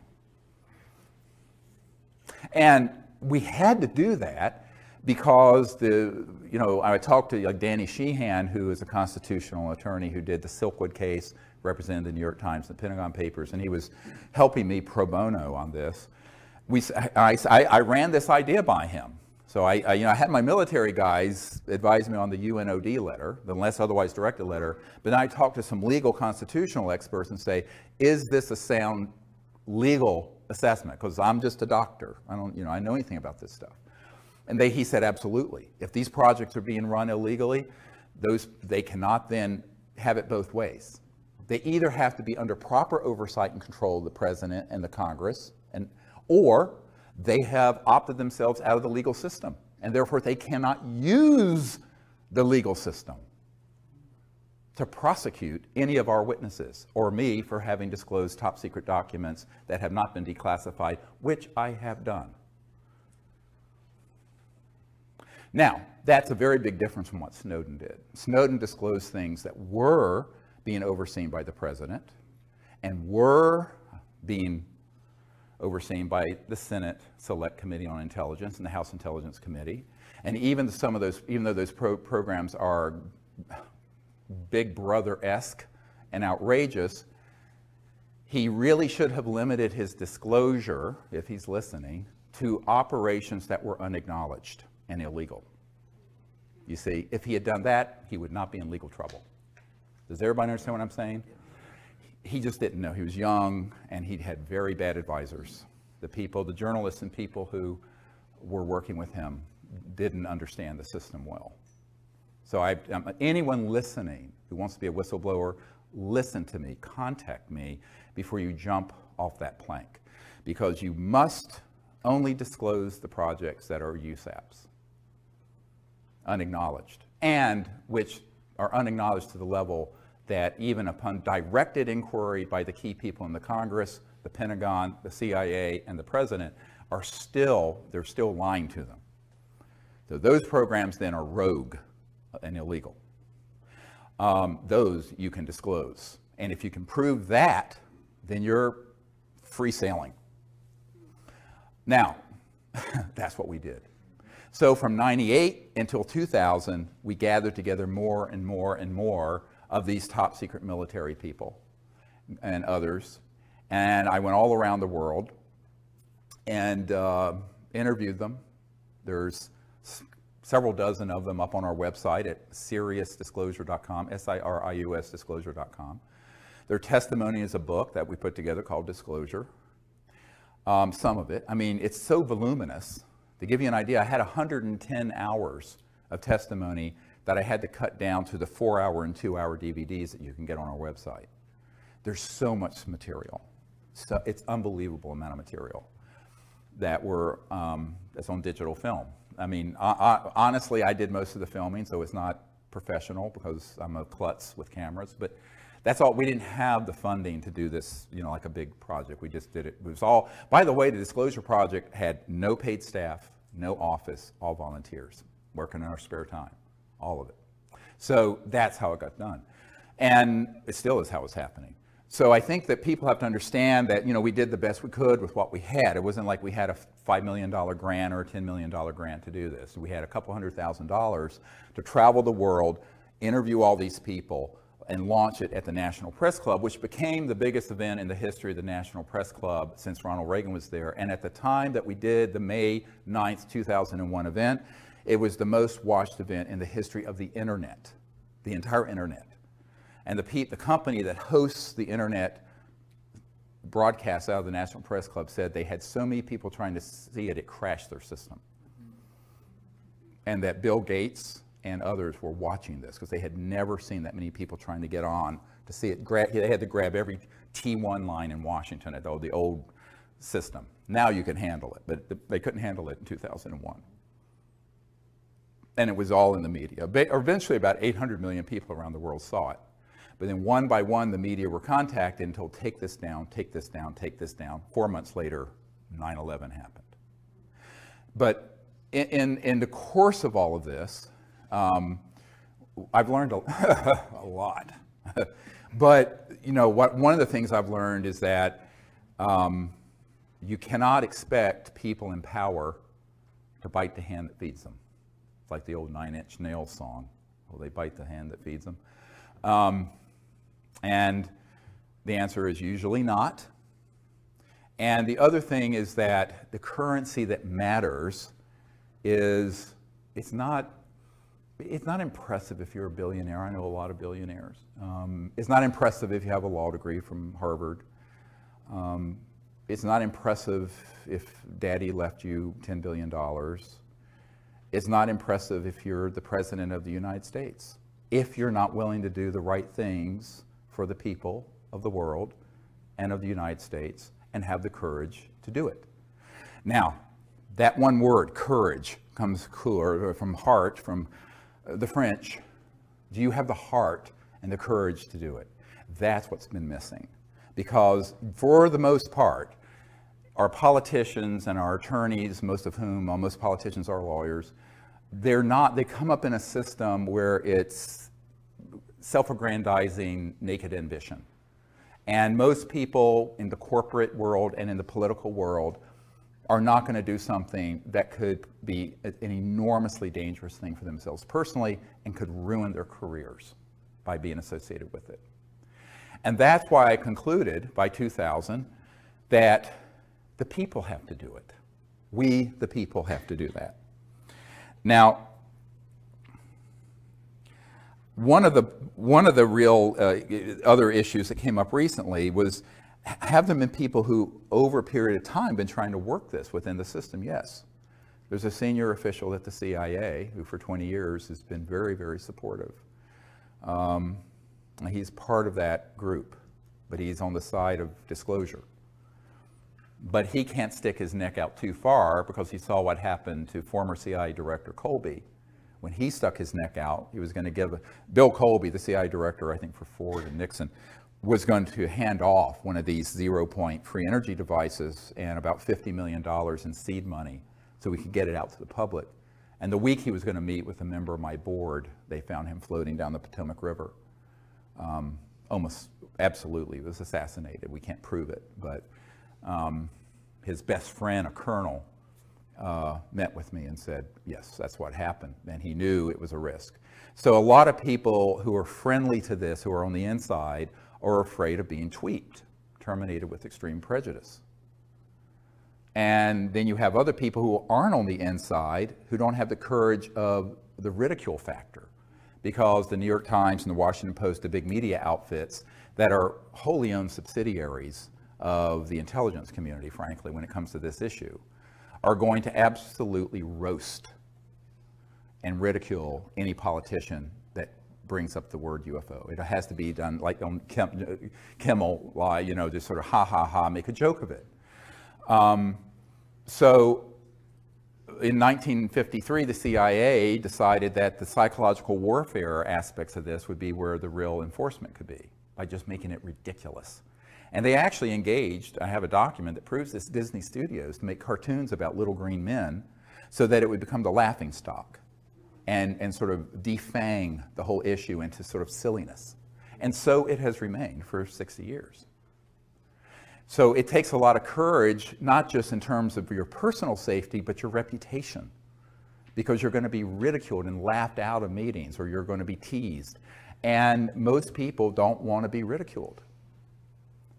I'm just the kind of person, I don't care what someone says about me. I mean, everything terrible you can imagine has been said about me, and so what? I mean, you just expect it. So, but most people in a public eye don't want to do that. And so disclosure is going to have to be with the people. So we initiated that in 2001, and we continue to do that. And I think that the biggest problem we've had, and I wrote a paper about this called When Disclosure Serves Secrecy. Now, this paper, I wish you would read it and memorize it. Everything I predicted in that a long time ago, it's on our website. And if you sign up for our email service, we occasionally send it out. It's a free newsletter. You can just sign up. It's seriousdisclosure.com. It's free. It's completely provided to the public. That paper describes the dangers of doing what we've done. And that is disclosure being hijacked by charlatans who masquerade as disclosure folks, who attach to all the body of evidence I put together the fear factor and the silly season and the evil aliens are coming to eat us for lunch. All right? And that has happened. And the betrayals I will not go into because it will break your heart. So the truth is, the thing that keeps me up most at night is all this information being folded into which is all solid information, being folded into disinformation that's tailored to scare the public into what General MacArthur said, and that is World War III will be interplanetary. So now let me talk about the deepest USAP. The deepest unacknowledged special access project is the one that is tasked with doing the psychological propaganda, just like Hitler did with his program, for convincing the people that there's a threat that we should fight. This was launched in the 50s and 60s. First they made the subject ridiculous, and then they made it terrifying, like the movie Independence Day. And this was all part of a plan hatched in the 50s to be sure that we could continue to grow the military-industrial complex, but instead of just one country, sort of a unipolar expenditure out of mainly the United States and at that time Soviet Union, it'd be a global junta military effort because there's a threat from outer space. And they have done about 50 years, 60 years of very, very careful preparation. Now, the UFO subculture is replete with the influence of that. Most people don't understand it. And I wasn't surprised when I got a document in the 1990s from the Strategic Studies Institute describing this project. And this is going to be in our next film, if I can find a director that wants to make this film. And it describes creating a worldwide subculture and cult around alien abductions using stagecraft, I'm quoting, and using advanced aerospace devices, i.e. man-made UFOs, anti-gravities, with creatures that could pass as aliens to engage in events to scare people so that the public could be turned to believe that there's one or more civilizations that we should unite against and fight. And Ronald Reagan at the United Nations literally said, wouldn't our job of creating a unified world be easier if we had a common alien threat? This is, you can Google this clip of Reagan saying this. So that agenda and the Star Wars programs that go with it, And 90+% of all UFO subculture books, movies, conferences are infected with that virus. Now, I'm saying unwittingly in many cases, because how would you know? If you haven't been read into a program that is so sensitive, and I've had physicists who worked at the Dulce complex and at the Pine Gap complex in Australia, that where they manufacture these what are called programmed life forms, these things that look like aliens that are 100% man-made, have integrated circuits in their neural complex, but they're biologicals, and they're on board these. But the people running the craft are military or corporate guys. And they'll sick these things on people, and they'll abduct them and put an implant in them. And the implants are made by EG&G. They're on the edge of the Nellis Range. You want to hear more? This is the stuff people really hate me for. Because I was told that if I expose this, this is where I'd be most at risk. Okay, because now I'm stepping on the toes of the eschatological fantasies of the people who want endless war. Eschatology is the study of how the world's going to end. And at the core of this secret group are folks who want to precipitate an Armageddon-type conflagration that's War of the Worlds. Because they love and they do it because they want people to be united around another common enemy, not just one country or subculture or religion, but the whole planet. Go look at the movie Independence Day. It's a script right out of the CIA. And so the whole point of that is that you have got to prepare people to hate.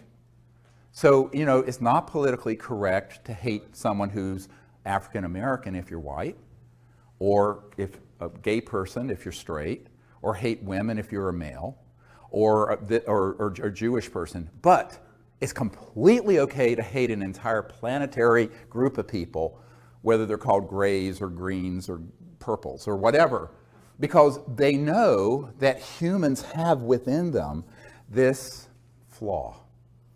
And it's in the primate monkey mind that is the root of tribalism. And I want to deconstruct this for a moment.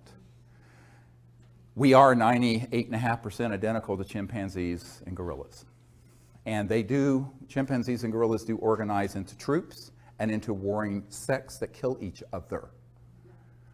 And it is usually based on slight differences, of whether territory or appearance. And this can be exploited by demagogues, whether it's religious demagoguery, racial demagoguery, sexism, homophobia. Just pick it. Well, the big one is interspecies. So the next one is, let's get everyone prepared, and we can use these images, just like Hitler used the image of, you know, the blood libels of Germany, you know, portraying Jewish people as grinding up children for matzah meal, and this outrageous stuff that was propaganda. No, this is all true. Go look it up. Unfortunately, most people don't know any history, but you know, if you go look up the history of World War II, there was a foundation built for years for the Third Reich. That's what the Fourth Reich is doing, this secret government. And they've done it very well, extremely well. Now, I met with a man who would not come forward, who was on one of these early abduction squads. Now, don't get me wrong, not everyone who's had contact has had a false abduction happen, but the whole thing's been commingled. I've had contact, but it wasn't an abduction. So what I tell people is that if you mix this together and people don't know that there are two distinct things going on, you think they're all the same phenomenon when they are not. And this man said in the early days, before they had these programmable things that look like life forms, that look alien, they would use little guys that were short and do a Hollywood mask and suit on one of these anti-grav devices. This is back in the 60s and 50s, 60s, 70s, and abduct people. And so they started this program a long time ago. And it's very easy to do. Very easy if you understand the technology. Now, this is the other problem. Most people don't understand the extraterrestrial technology, and if you don't understand that, you're not going to understand what the reverse engineering spinoffs have been, one of which is what I'm describing. So when they realized that they could stagecraft this, and this is described in the Strategic Studies Institute document. I don't know, the director of the film Sirius didn't want to put that in there. He thought it was too controversial. The next film will have it in there. I'm going to override whoever the director is, that this has got to be in there. But that way you prepare the population for a new enemy to fight. How else can you grow the military-industrial complex from $1 trillion a year enterprise to a $3 trillion or $4 trillion or $6 trillion? You have to have an enemy. As Leon Panetta said, we're spending $110 billion a year to chase 70 Al-Qaeda members in Afghanistan. He said that. So how do you keep that juggernaut going? You've got to have another and a bigger enemy. So in the meanwhile, they'll concoct and create and keep the fire burning, manipulate the world to keep the fire burning deliberately. And that's what we've seen over the last decade. We go in and break Iraq, and then it creates, it just keeps this fire burning. However, the big surprise that's coming, 1,000 times worse than 9/11, is this false flag operation to stage a threat from outer space. There was a man who came to the congressional briefings in 1997, and he was prepared to open this entire box, Pandora's box of issues, to the members of Congress there. And I will not share his name. I keep a confidence. He was going to do it. The night before the congressman came, some intel people came to his room who he had worked with in those projects and begged him not to disclose it. And so he left. He was actually taken that night to a secure facility out in Virginia, and we never saw him again. He left a note under Sherry Adamak's door explaining what happened. But he had told me privately, would not go on camera, that he in 1974 had been on an interagency intelligence committee that had all this already planned out, and they could hit a button and they could release events that would look like ET craft that are man-made anti-gravities, do things that would look like an alien assault on Earth that would stampede the entire world like 9/11 did into fear, where they would then be able to say our next big challenge is to stave off the alien invasion. And I said, how ready was he? He says, we could have hit a button and the whole thing would have run, and that was in '74. Now, that's only because he was on that committee in 1974. I'm sure he told me, but he said it was fully operational well before then. So we're getting into some really deep and dark stuff here. Some people are very disturbed when I share this.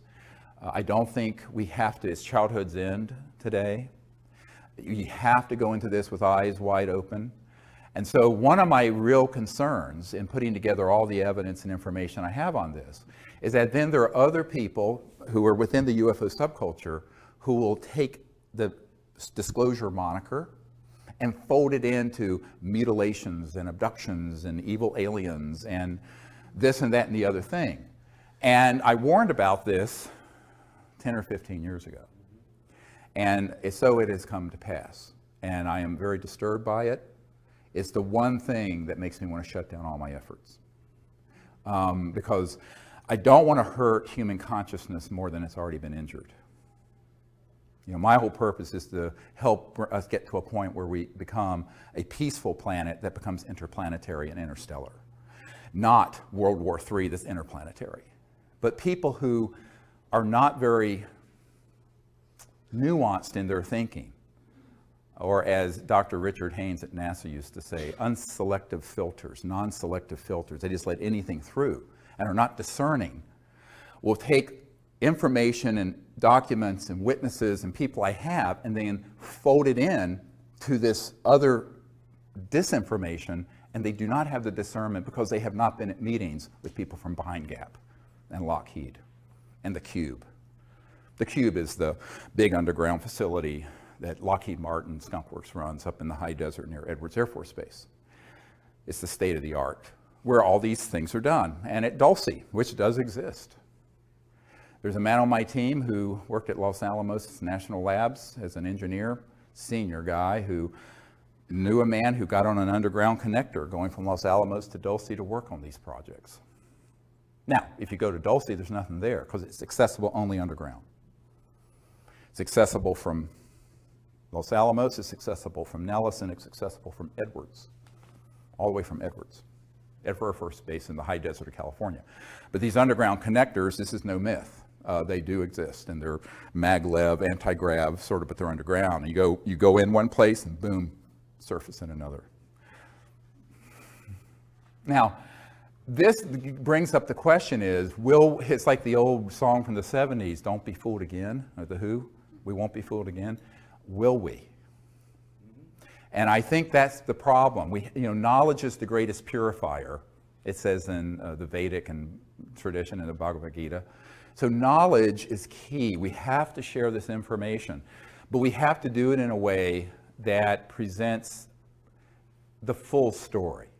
And that's what I wanted to do today, is to provide the background of disclosure, but also how fraught it is for being hijacked by people who lack the wisdom, frankly, and the insight to know that they're being played by the intelligence community like a fiddle, and putting out information that can only pollute human consciousness to convince people, yes, the UFOs are real and the ETs are out there, but some of them we need to be afraid of and fight in the next big world war.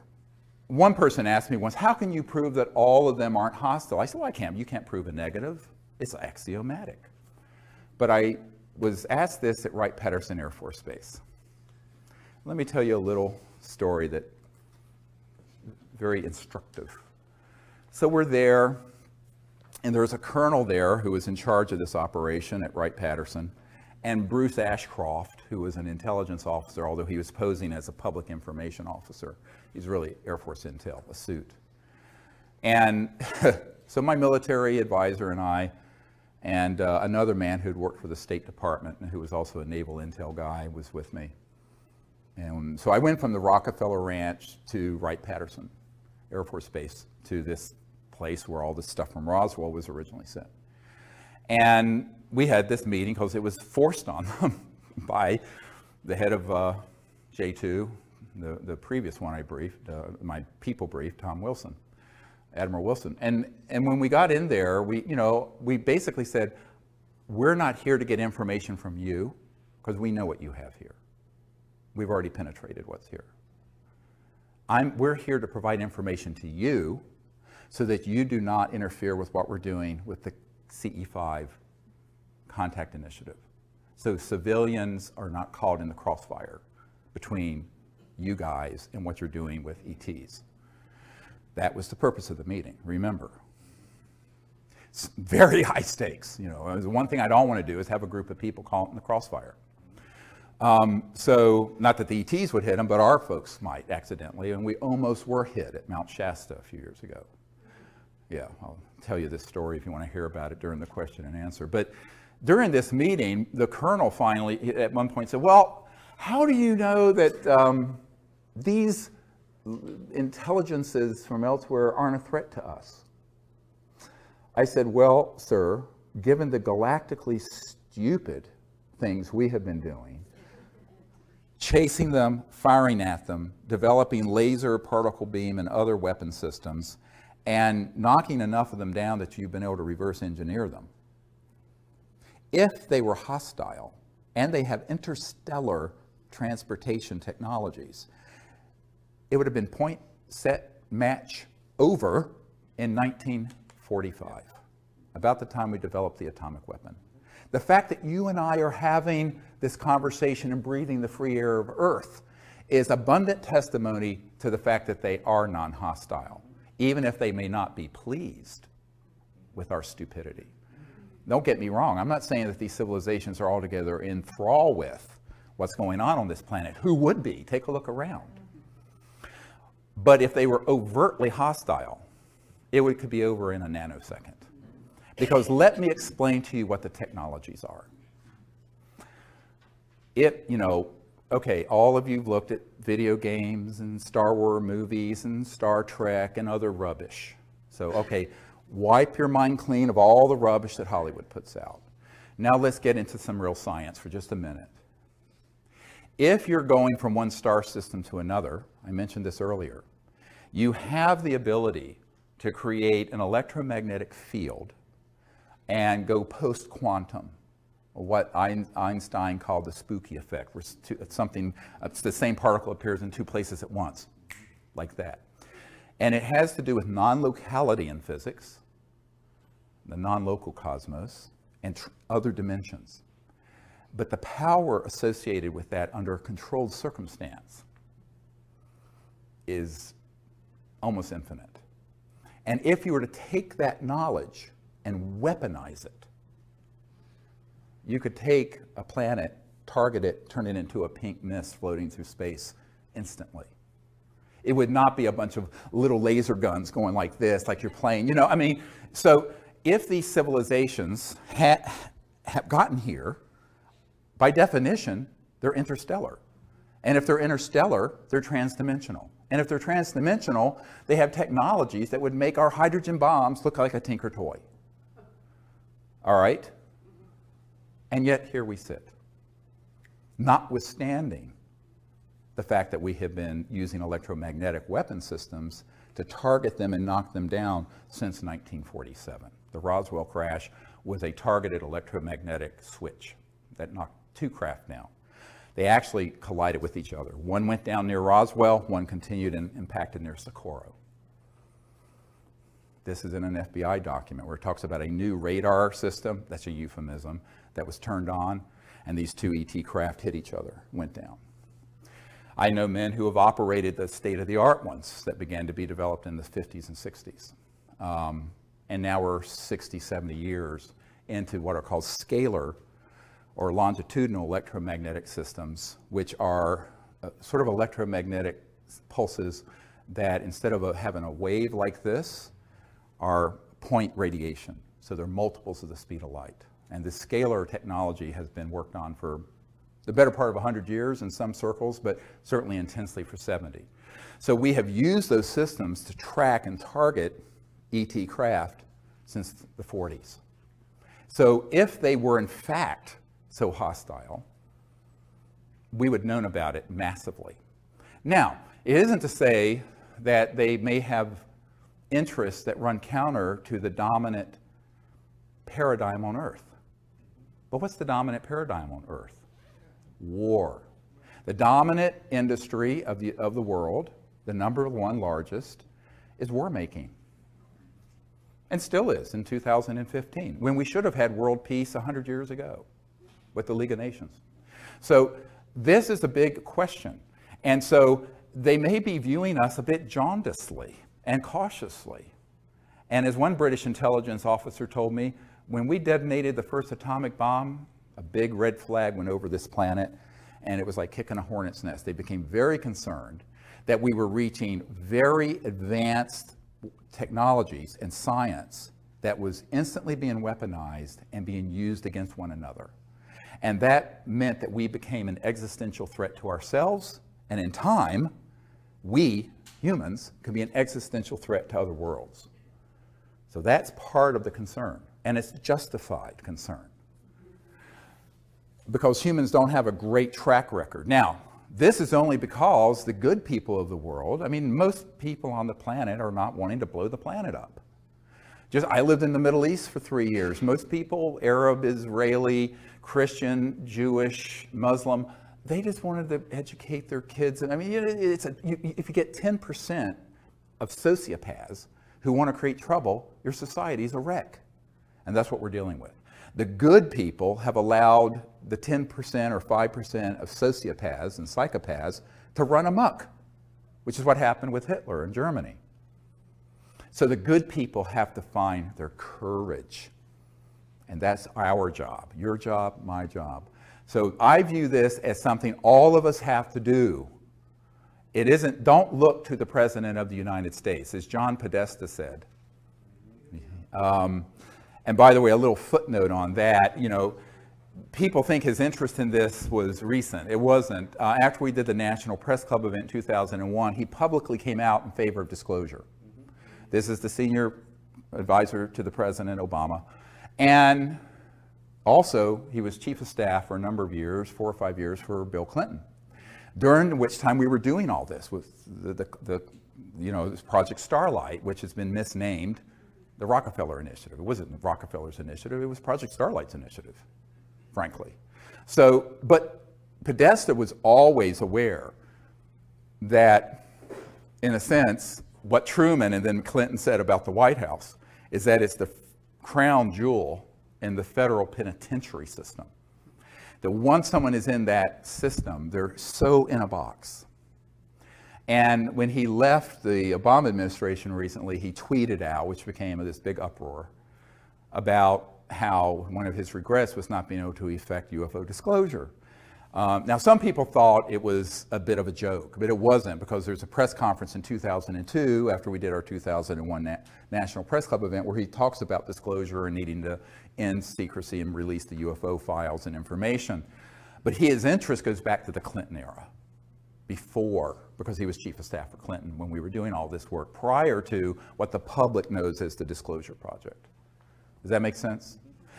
So he was also the POC, the point of contact, for Obama and for the briefing that's here that I provided after Obama was elected.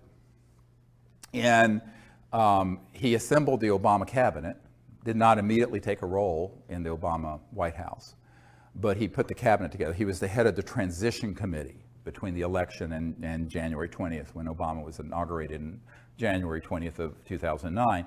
And there was a man who was doing a course with him at Georgetown Law School, who's an attorney here in town who wants to be anonymous, who said, look, you know, he's very interested in this, and, you know, the president, of course, is going to be in the same situation they all are. And so I was asked to put together a briefing, and it went to this man for Podesta and Obama.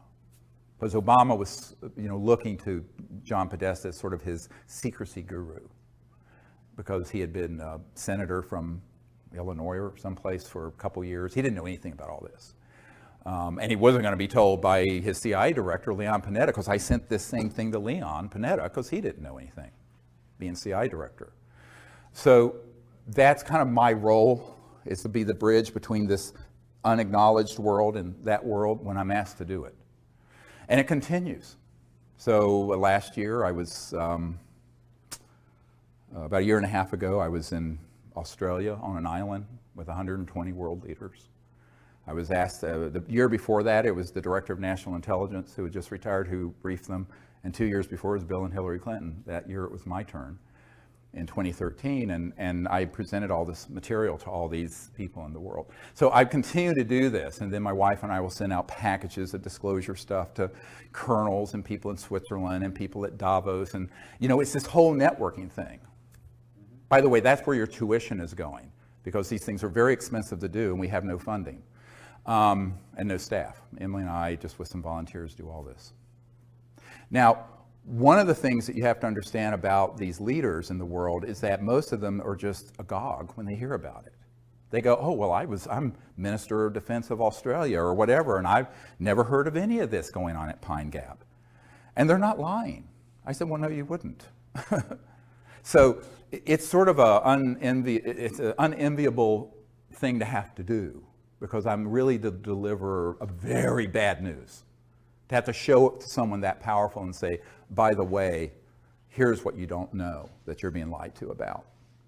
But so we continue to do that. But the big action, and that's sort of a service to people in government, because I view the good people, and there are good people in government, as victims of this secrecy, just like we are. Where they failed is in their constitutional duty to take on that machine. And that's where the courage comes in. And I think that's why we're going to have to view ourselves as the leadership, all of us in this room and the people out in the public who support disclosure. And the next wave of disclosure are going to be two things we're going to talk about after our break in a moment. One is a mass defection program. What am I talking about? We've got to network, tell everyone we know, and find another wave of people who are currently deeply involved in these covert programs, who will approach me and we will massively defect at once. Because even what I'm sitting on, there's probably 10 or 15% that's out in the public domain. Some people I've interviewed have asked me not to release it till they're dead. Fantastic. Okay, so that's the next phase. The other is mass contact. We have got to create teams all over the world that are skilled in the art of the CE5, Close Encounters of Fifth Kind protocols, who go out on a regular basis and create in consciousness, but also in action, the ability for mass contact to happen that's peaceful before this false flag creates the overlay. So it's a race. We're a race against the clock. And so that's how it has to happen. And that's something that you don't have to sit on your hands waiting for the president to do, or for that matter, me to do. That's something all of us can do. Yeah, and people who've done the CE5 initiative, even using the app, we get reports every day on our website of amazing contact and things that they've had. So if more and more people start doing that, the ETs are going to get the message that not everyone on planet Earth is sleepwalking. See, they need to see that. Now, people have asked me, Larry King asked me, why don't they just land on the White House lawn or their Super Bowl game? I said, yeah, they could do that. But all that would do would trigger mass panic, because these folks in the intelligence community would say, we're being invaded. We need to fight them. They know not to hit that tripwire. They want us to invite them and create the correct atmosphere of universal peace in consciousness and action to make contact. Then they'll come. We build it, they'll come. They're here anyway, even when they're invisible, because most of the time they're shifted beyond the speed of light and you can't see them anyway. This is what I'm going to talk about in LA at this workshop I'm doing in Glendale. But I think that's why, if we understand how powerful we each are, not only to find more and more mass defecting witnesses inside Booz Allen Hamilton and inside the CIA and Lockheed Martin and Skunk Works and Dugway Proving Grounds and Nellis Air Force Base and Pine Gap. And I have a whole list of corporations and facilities that I've updated of where these operations are currently going on. And we need to have people in those systems come out. Not trickle out one at a time with no credibility, but en masse, just like the 01 event, but on a larger and deeper level. So that's what I'm calling for now. And then the other is all of us becoming ambassadors to the universe as citizen ambassadors, peaceful contact. And that's something every single person can do in their own community. And if you do it and you practice it and learn what the protocols are, you'll be quite stunned at what will happen. It's beautiful. How do these groups manage to get money from the, because they get government money? How do they do that since they're working outside the realm of typical government agencies? He asks, how do they get the money from public coffers to run these sort of projects? It's actually a very good example of it is one of our witnesses who worked for SAIC, Science Applications International Corporation, in La Jolla, California, is the headquarters.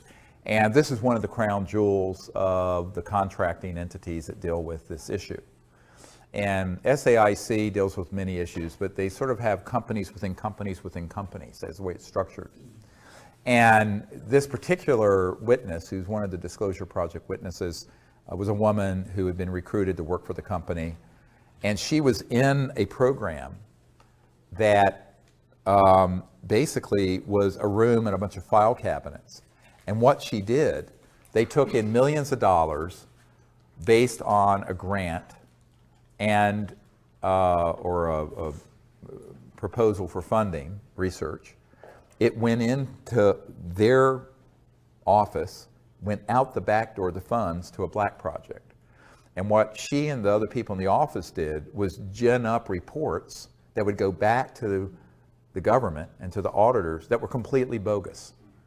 And when she asked, where is this, what's the real research going on with this money, she was shown a file just full of these empty reports.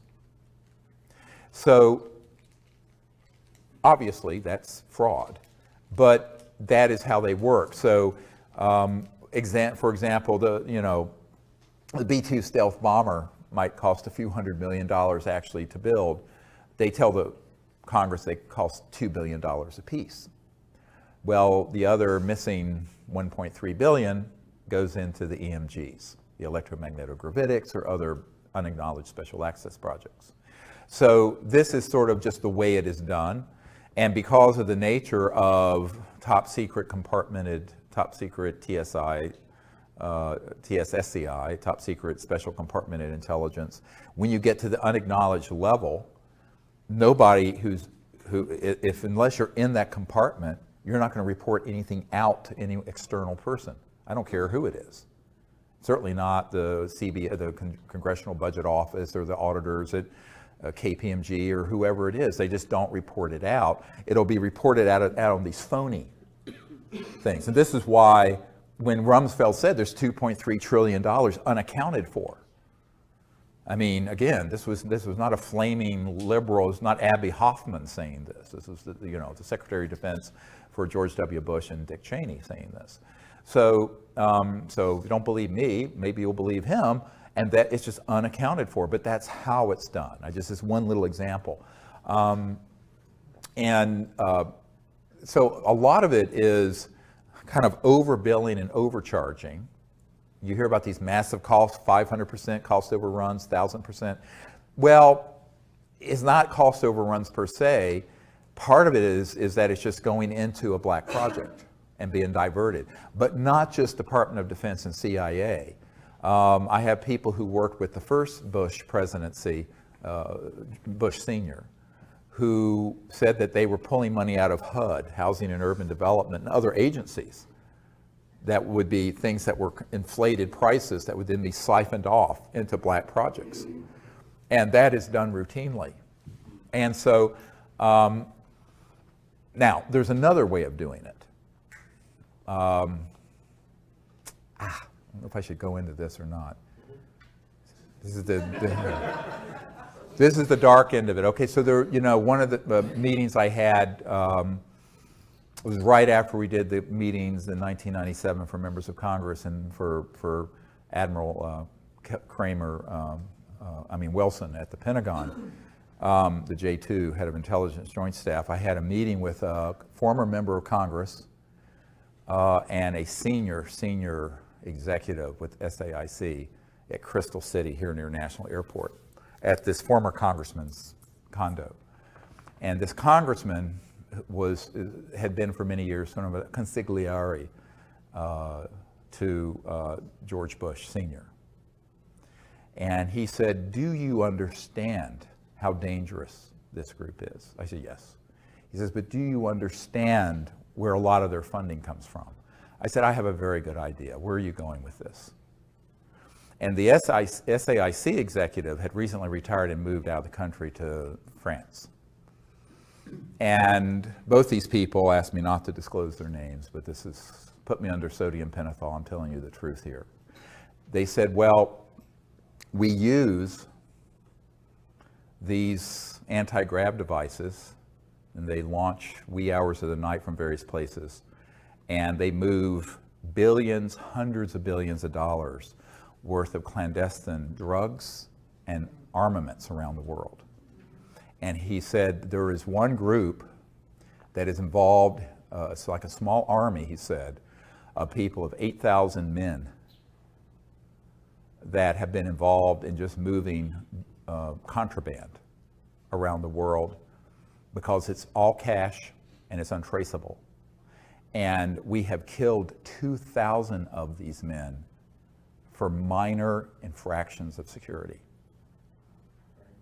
Okay, this is not a conspiracy theory. These were two principals with firsthand knowledge of it, warning me of what this group is really into.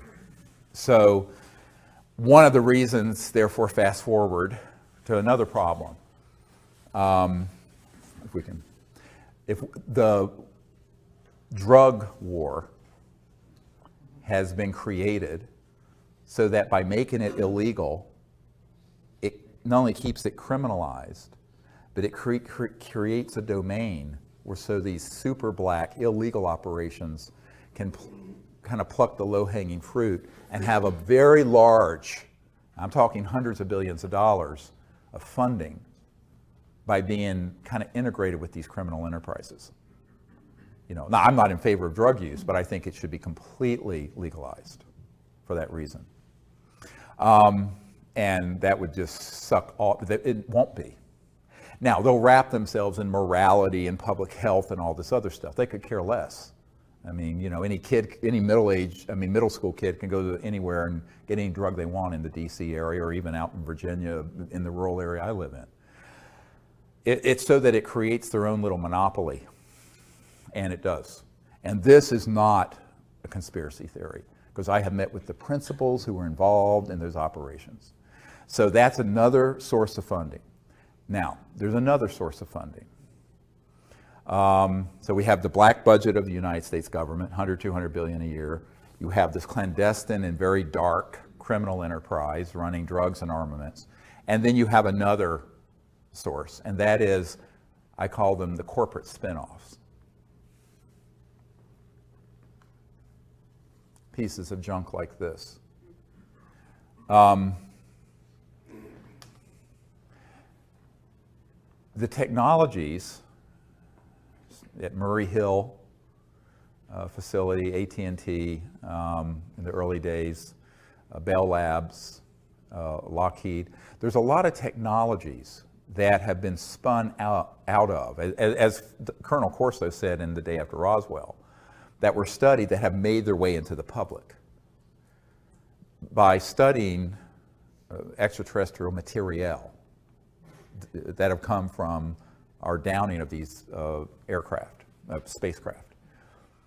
Those end up going first into these unacknowledged projects, but then they get moved into their corporate partners and then get monetized as a product. Fiber optic, integrated circuits, computerization, miniaturization, special material sciences, a lot, night vision technology. A lot of these things came out of those classified projects that were studying ET technologies. Now, what they've held back are the energy generation and propulsion systems, but they have monetized and become enormously wealthy through these others that have been monetized.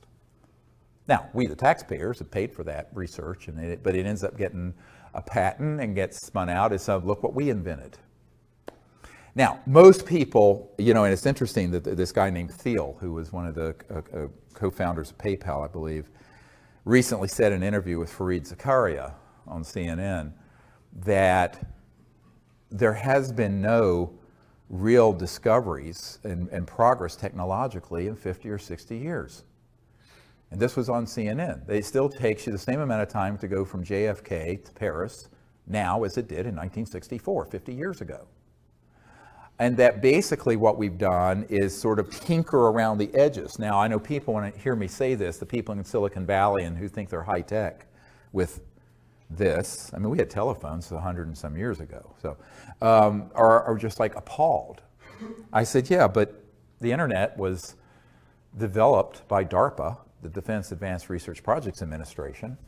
The technologies that are in here were spun out of these covert programs, and then people innovated them. They did innovation and applications, not discovery.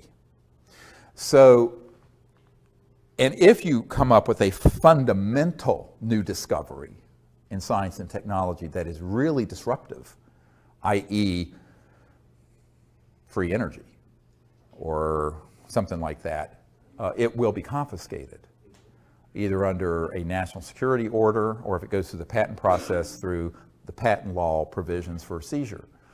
And if not that, they'll just flat out take it and tell you to be quiet or else. And that's true of people at universities, industry, private inventors, et cetera. I know many, many, many people who've had that happen. Here in Washington, the Federation of American Sciences said, well, look, you know, there have been 5,135 patents that have been seized.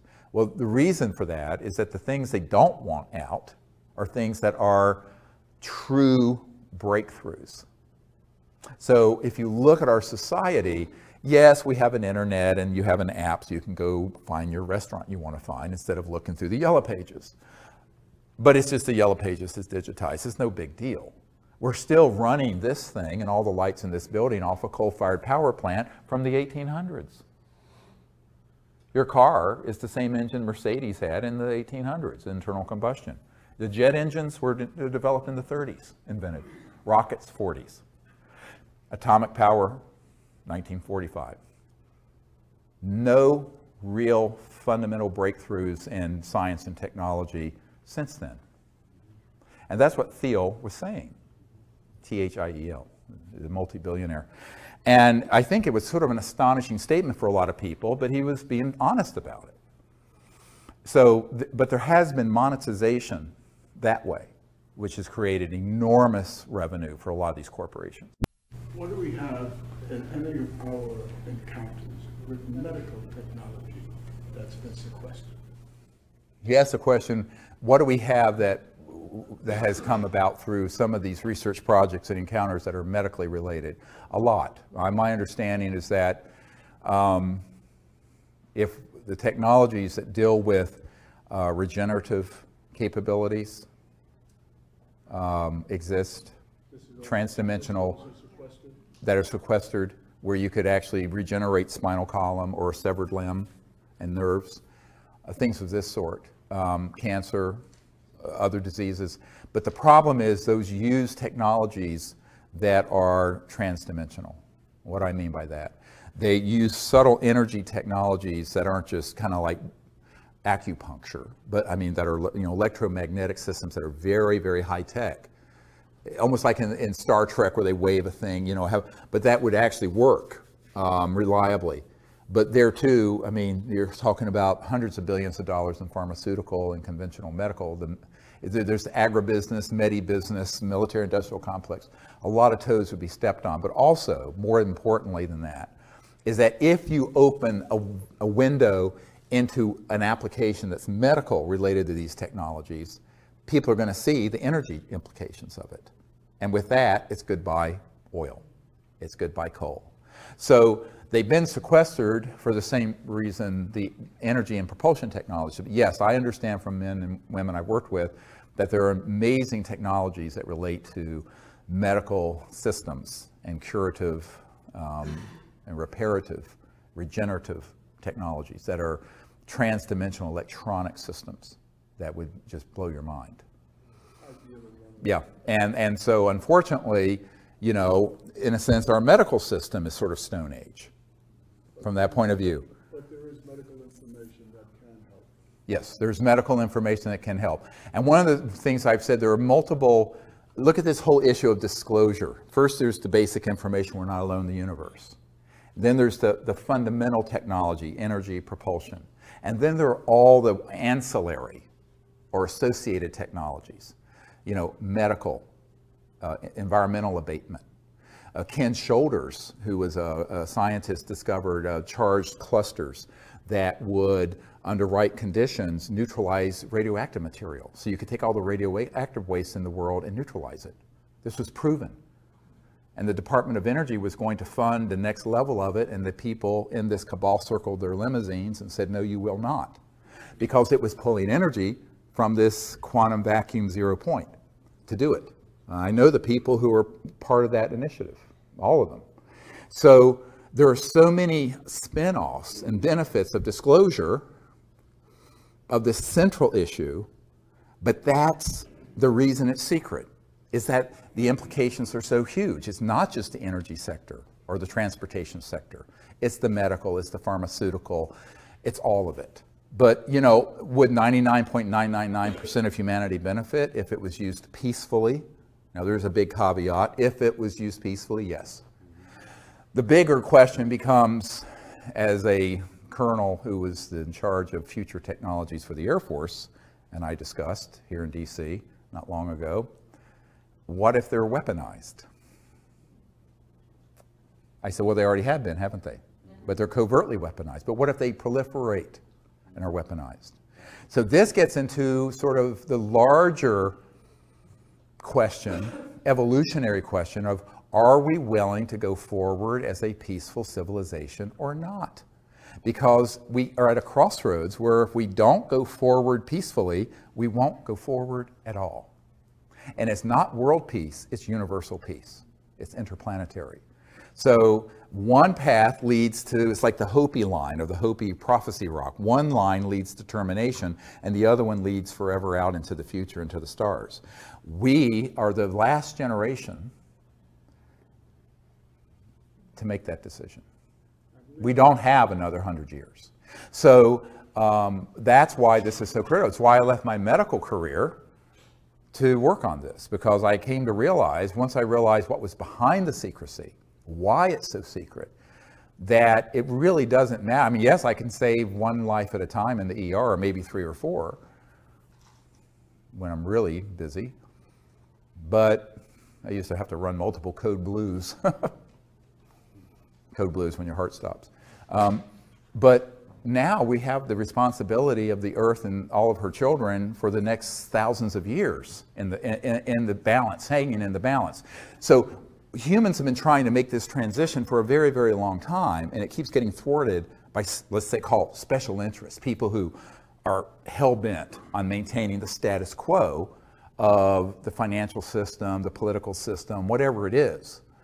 But there has to be, let's say, a nonviolent revolution that has to take place.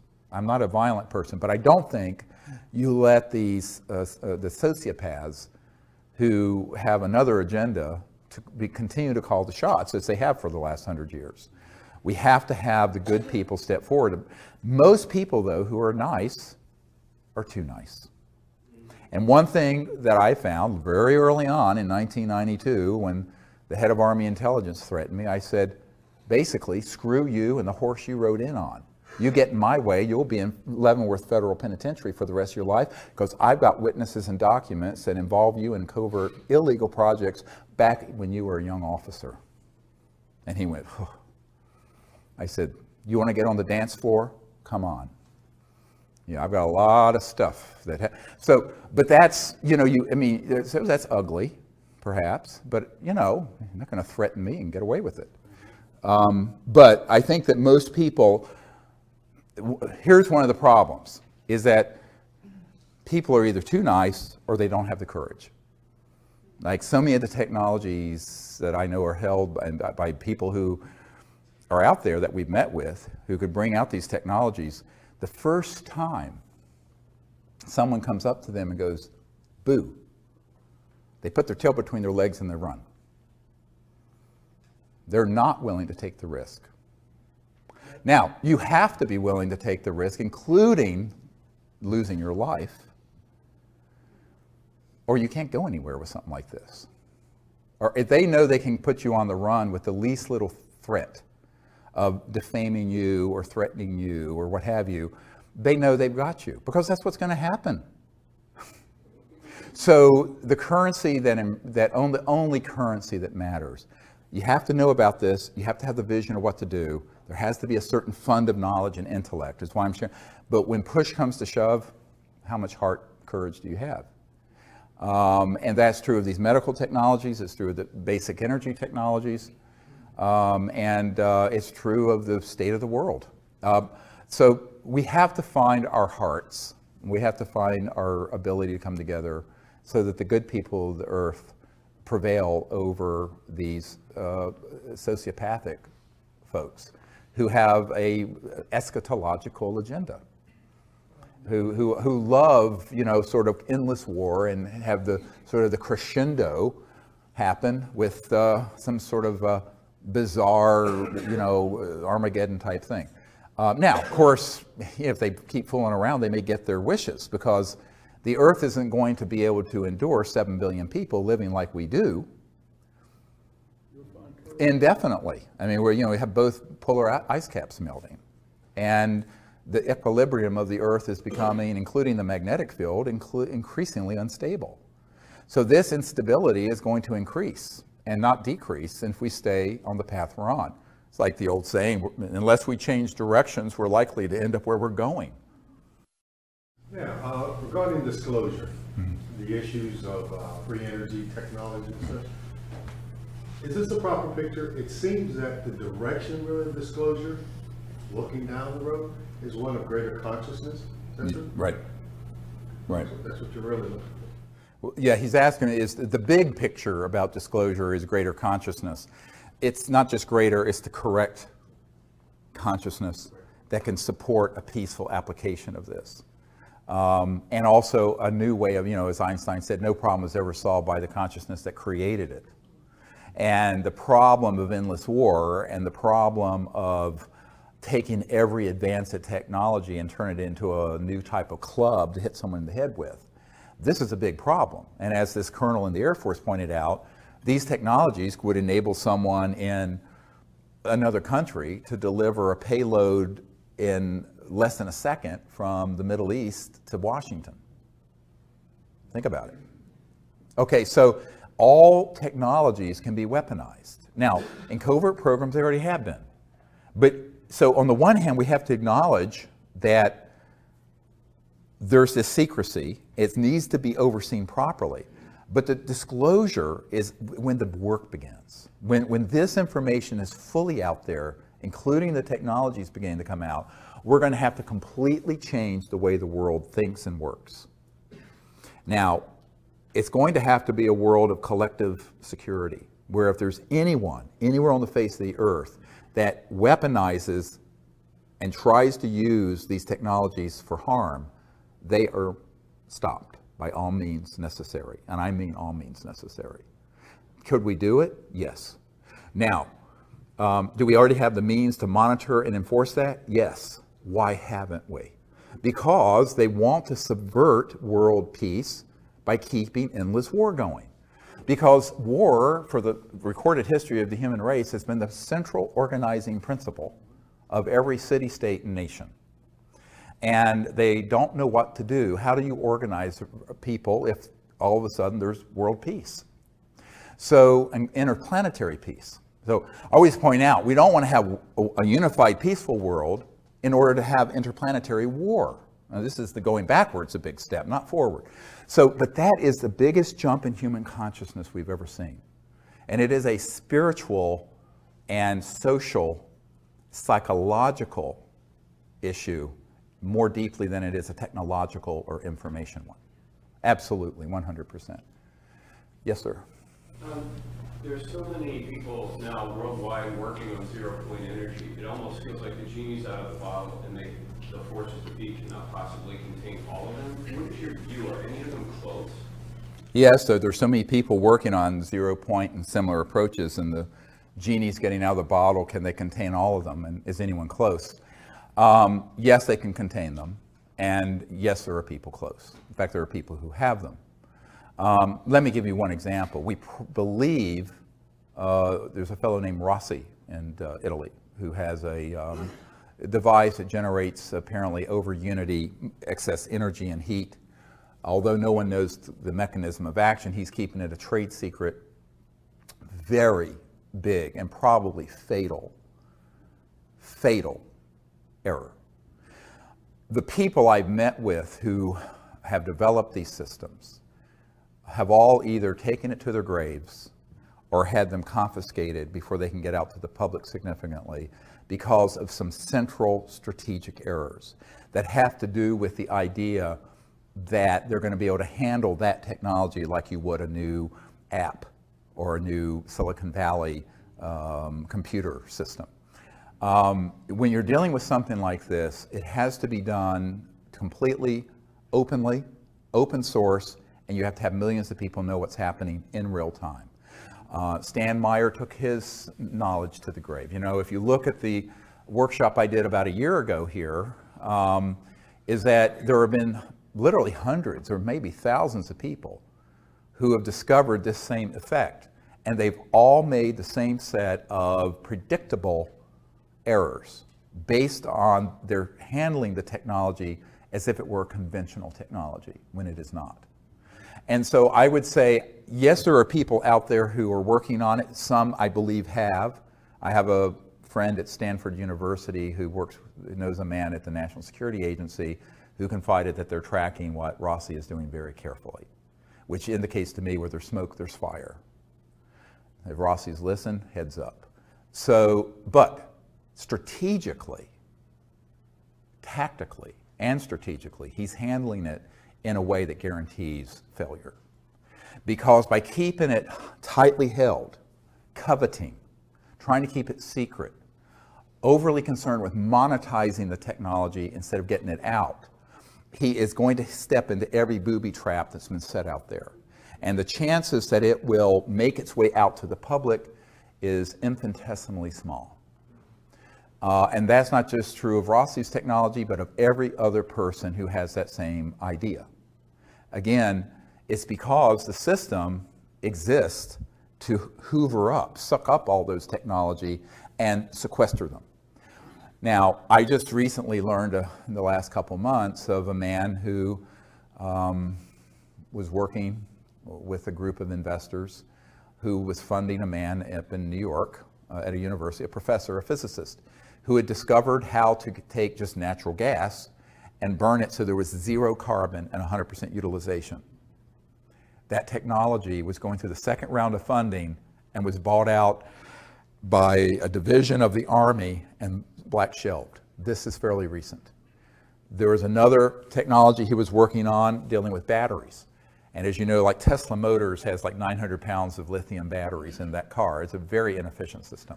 We have a Chevy Volt that it runs on our solar farm out in the country.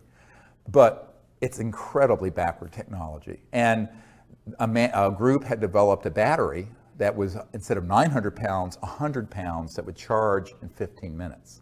That would take but it was so radical that Tesla and some of the other groups had put together, I think it was about $1 billion between 2 different groups to acquire it, and British Petroleum came in, bought it for God knows how much, and black shelved it. This is fairly recent.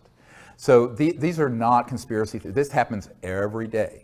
So if you have a technology and you go the conventional investor route, funding route, patent route, intellectual property route, it's DOA, dead on arrival. Now, we've seen this over and over again, going all the way back 100 years. So, you know, the definition of insanity is doing the same thing over and over again, expecting a different result. All right? So what I want to say to these technologists and inventors is that don't keep making the same mistake. But ultimately, the money factor and the greed factor and the power factor, people wanting power and money and da-da-da, they really think they can just like be like the next Facebook guy or the next, you know, Standard Oil, Rockefeller family.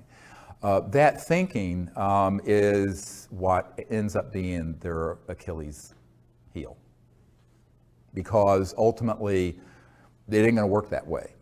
And someone's gonna have more money and power than the next person has, and they're gonna buy it out. Or it's gonna get sequestered through a national security order. So the only way to do it that I can see is to do it openly, transparently, in real time. Every step of your development is uploaded to the internet, which is my proposal for the energy research and development program we want to do. Well, we don't have the funding to put that together. But if I were just to be put on the advisory board for these new energy researchers, I would say that's the first thing you have to do. The problem is many of them are trying to get funding from people who want to be able to get a return on their investment. So that gets into the question of you have to find people who are true angel investors who want to put the funds in, and they may never see a penny out. But that's very, very hard to do because, you know, it's the golden lamb sort of thing. And that's the real problem. And I think that until we learn that lesson that the last 100 years of experience has given us collectively, we're going to keep making that same mistake. And all I can do is advise. I can't force folks to do it. And we'll see. I would like to see someone make it through that juggernaut. But I'd be very surprised if they do, using the strategies of conventional business, intellectual property, finance, and investor concepts. I've been following your work for a lot of years, and particularly that video that you put out, where there were like 400 or some people that work for the government, and they all stood up at the podium and they spoke I was amazed that you put that out there. But I read an article that you had put out talking about Buzz Aldrin. He had died back in November, and you put the article out about his death and how his family couldn't speak about. Oh, I think that was Neil Armstrong, actually. Neil Armstrong. Yeah. The first man to walk on the moon. Yeah. Exactly, and you said that when he landed, he saw something that he couldn't talk about? Yes. What was it? Yeah. This is a really great question about what really happened. You know, my uncle worked for Grumman, that became Northrop Grumman, and Grumman had the contract to build the lunar module. It landed, a funny looking thing that looked like a spider. It landed on the moon in 1969 on July 20th or whatever it was. The first two men on the moon were Neil Armstrong and after him Buzz Aldrin. Yeah. And back when we were doing these briefings for Congress, and in fact even before then, the Asilomar gathering in 1995, we reached out to Neil Armstrong because I knew from contacts and family that when we landed on the moon, we weren't alone. Okay. And that Neil Armstrong, there were two people who've been on my team for many years who were good friends of his family. And so we reached out to him and invited him to come to those events, and he politely declined and told us that it was made very clear to him and the other Apollo astronauts who witnessed this first event, where when we landed at the crater on the moon, the rim at the top of the crater was, quote, crowded with UFOs, the craft that were up there, multiple of them, and that these were filmed. And that I know people personally who've seen that film footage. And that's why the film footage that came back to the Earth, and we did go to the moon, but some of the footage, it doesn't make sense because the flag is moving. Now the reason for that, and this is where people say we didn't go to the moon, it was all hoax and filmed in a basement up in New York. The truth is we went, but during the lunar orbiter, going back before the Apollo mission, we actually were circling the Earth taking the first early digital photographs. And as you know from the testimony of Disclosure Project witness Carl Wolf, there were structures on the moon that were artificial. Some were newer and some were very ancient. And so they knew the covert programs, and these images were being downloaded to out here at Langley, not the CIA headquarters, Langley Air Force Base, to a compartmented operation run by the National Security Agency that was then sequestered away from the other NASA scientists. But the people running that project, the deep black people in those projects, knew that it was likely we were going to encounter something not of this world or a UFO when we landed. Therefore, they had filmed some footage that they could splice in if something started happening. So during the live transmission, if something started happening, there's a delay that went through this National Security Agency filter, and they could immediately, instantly put in. And that's why there's a couple frames where the American flag is moving. Well, there's no atmosphere on the moon, okay? Which was the one mistake they made in that whole plan. That's the telltale giveaway. Now, some people have taken that, the conspiracy theorists have said, we didn't even go to the moon. We did go to the moon. But they knew that it was likely there were going to be ETVs, extraterrestrial vehicles up there. And so when they stepped out, of course, you know, and we're approaching actually, before they even landed, they saw them. So they were already with this sort of pre-prepared film that looked very, very good, except for this one error. And so Neil Armstrong and Buzz Aldrin know for a fact. Now, Neil Armstrong said, look, you know, if I were to go forward and talk about what actually happened, I've been told, Neil Armstrong said this to us, that my wife, my children, and my grandchildren would all be killed, that they would take us out somehow, some terrible accident. And he says, I'm not going to talk about it.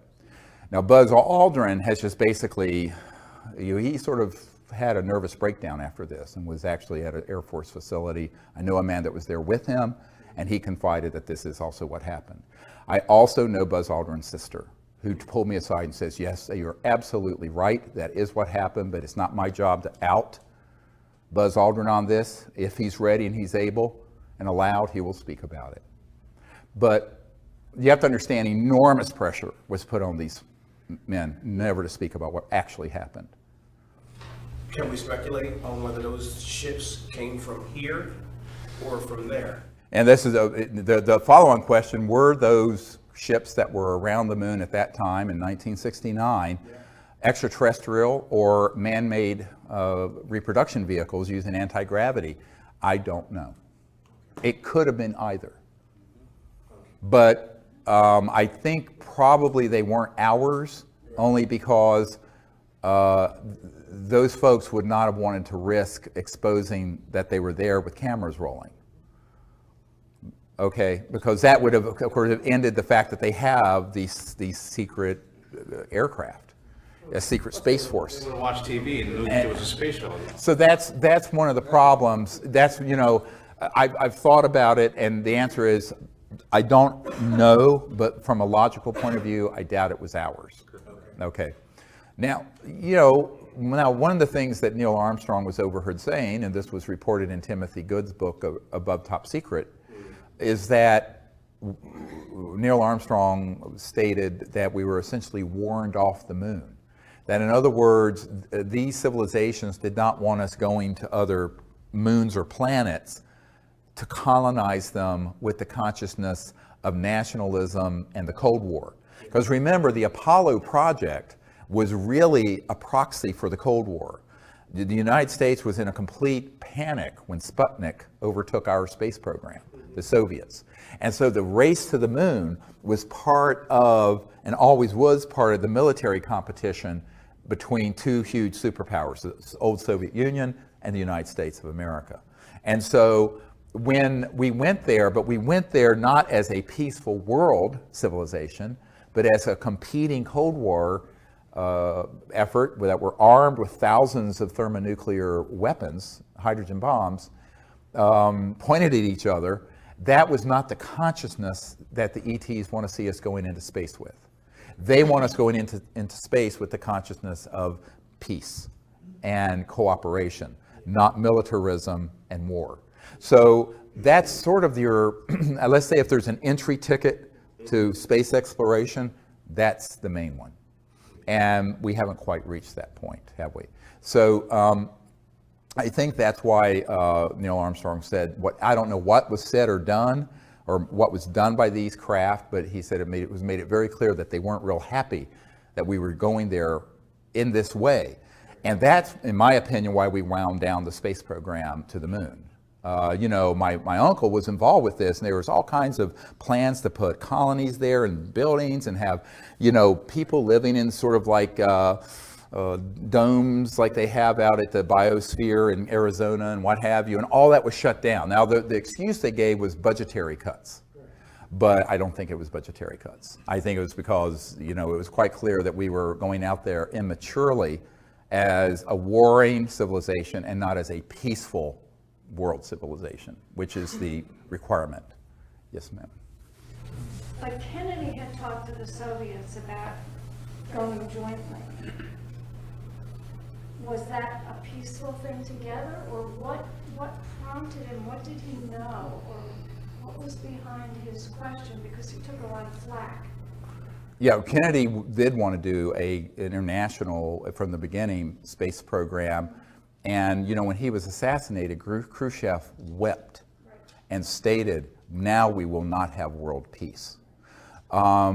Because Kennedy, and actually Bobby Kennedy said this, Bobby Kennedy Jr., who I've met, said this recently on a CNN interview, is that his intent was, in his second term, to get completely out of Vietnam, to do a cooperative, and to make total peace with the Soviet Union. Now, of course, there goes $1 trillion in military industrial intelligence spending.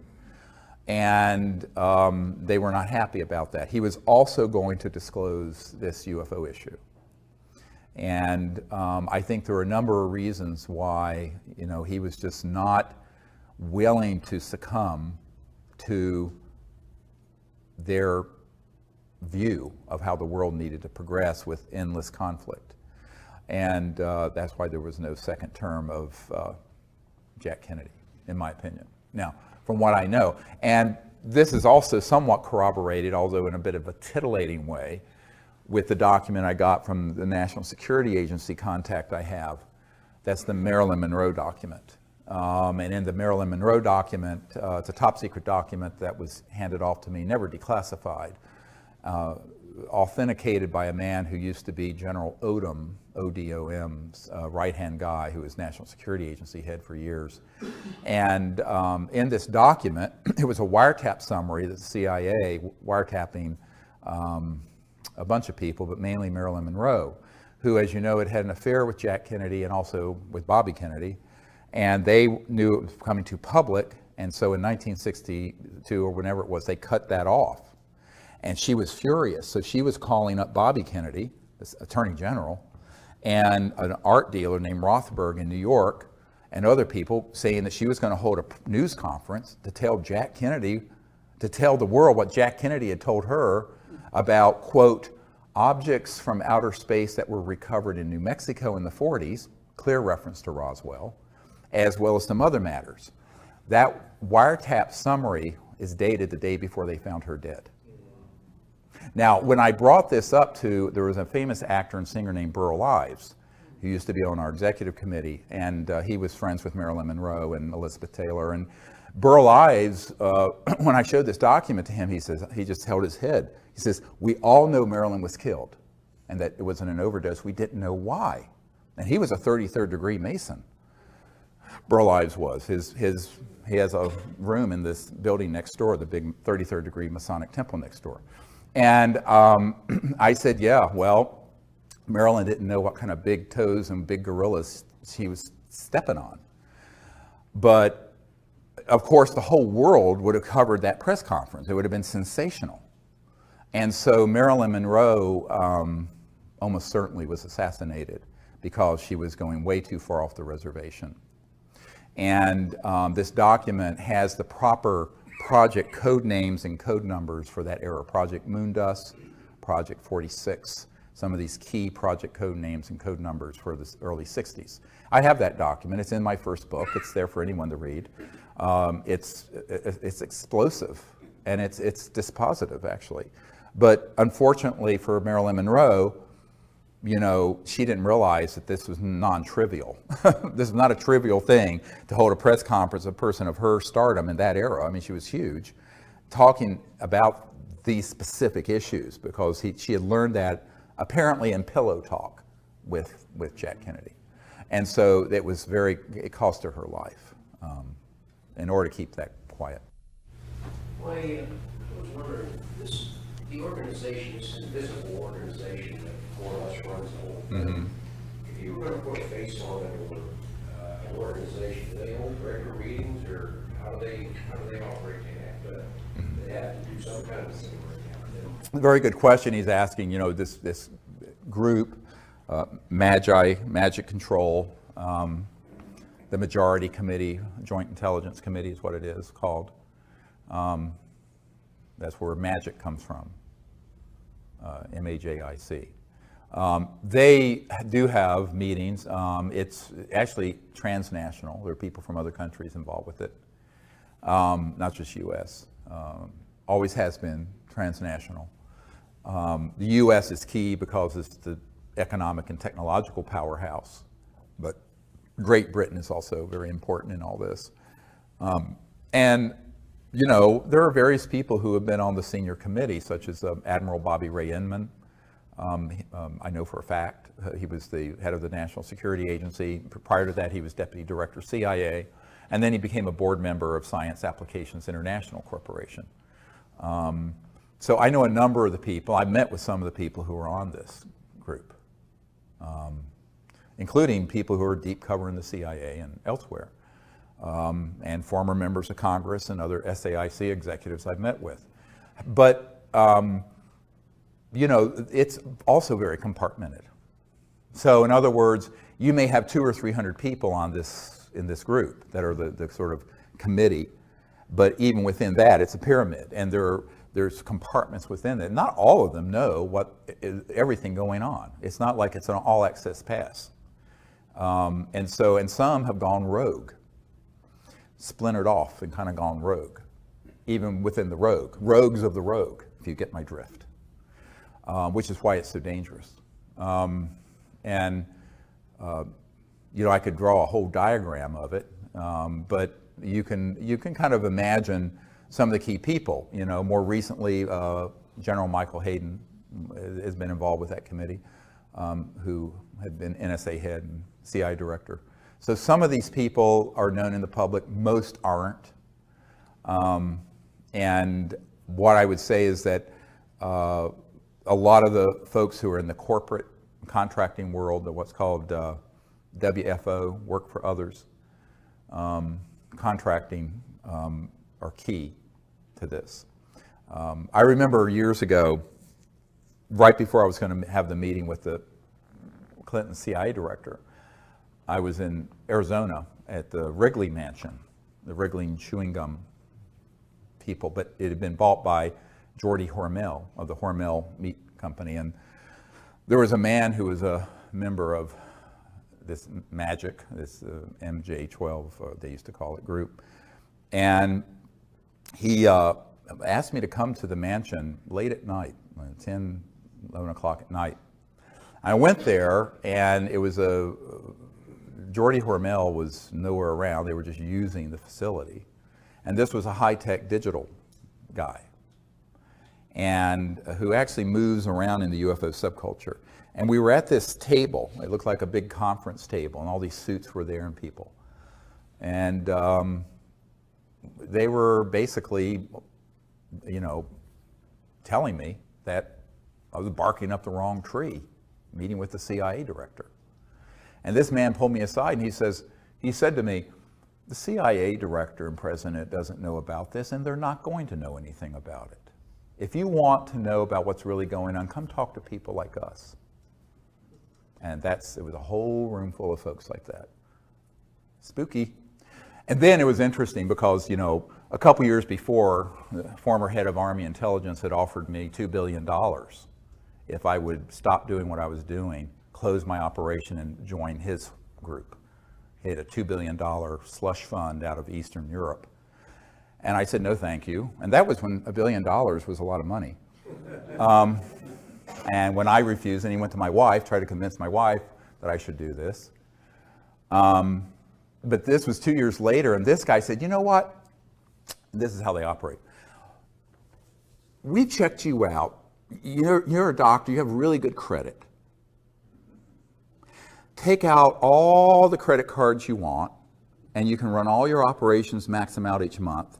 Because my group, we run the supercomputers that back up the global financial system, and we'll just zero them out every month. That's what he offered. We'll just zero all your credit cards out every month. I said, well, that's very nice of you, Jim, to offer that, but then you would own me, wouldn't you? Because you would have a record. And I said, I'm afraid I can't do it. He says, no, we're just trying to help you out. You see how this works. That was in 1994, 93, and then 94. So they, I've, over the years had multiple of these sort of approaches, which is quite bizarre.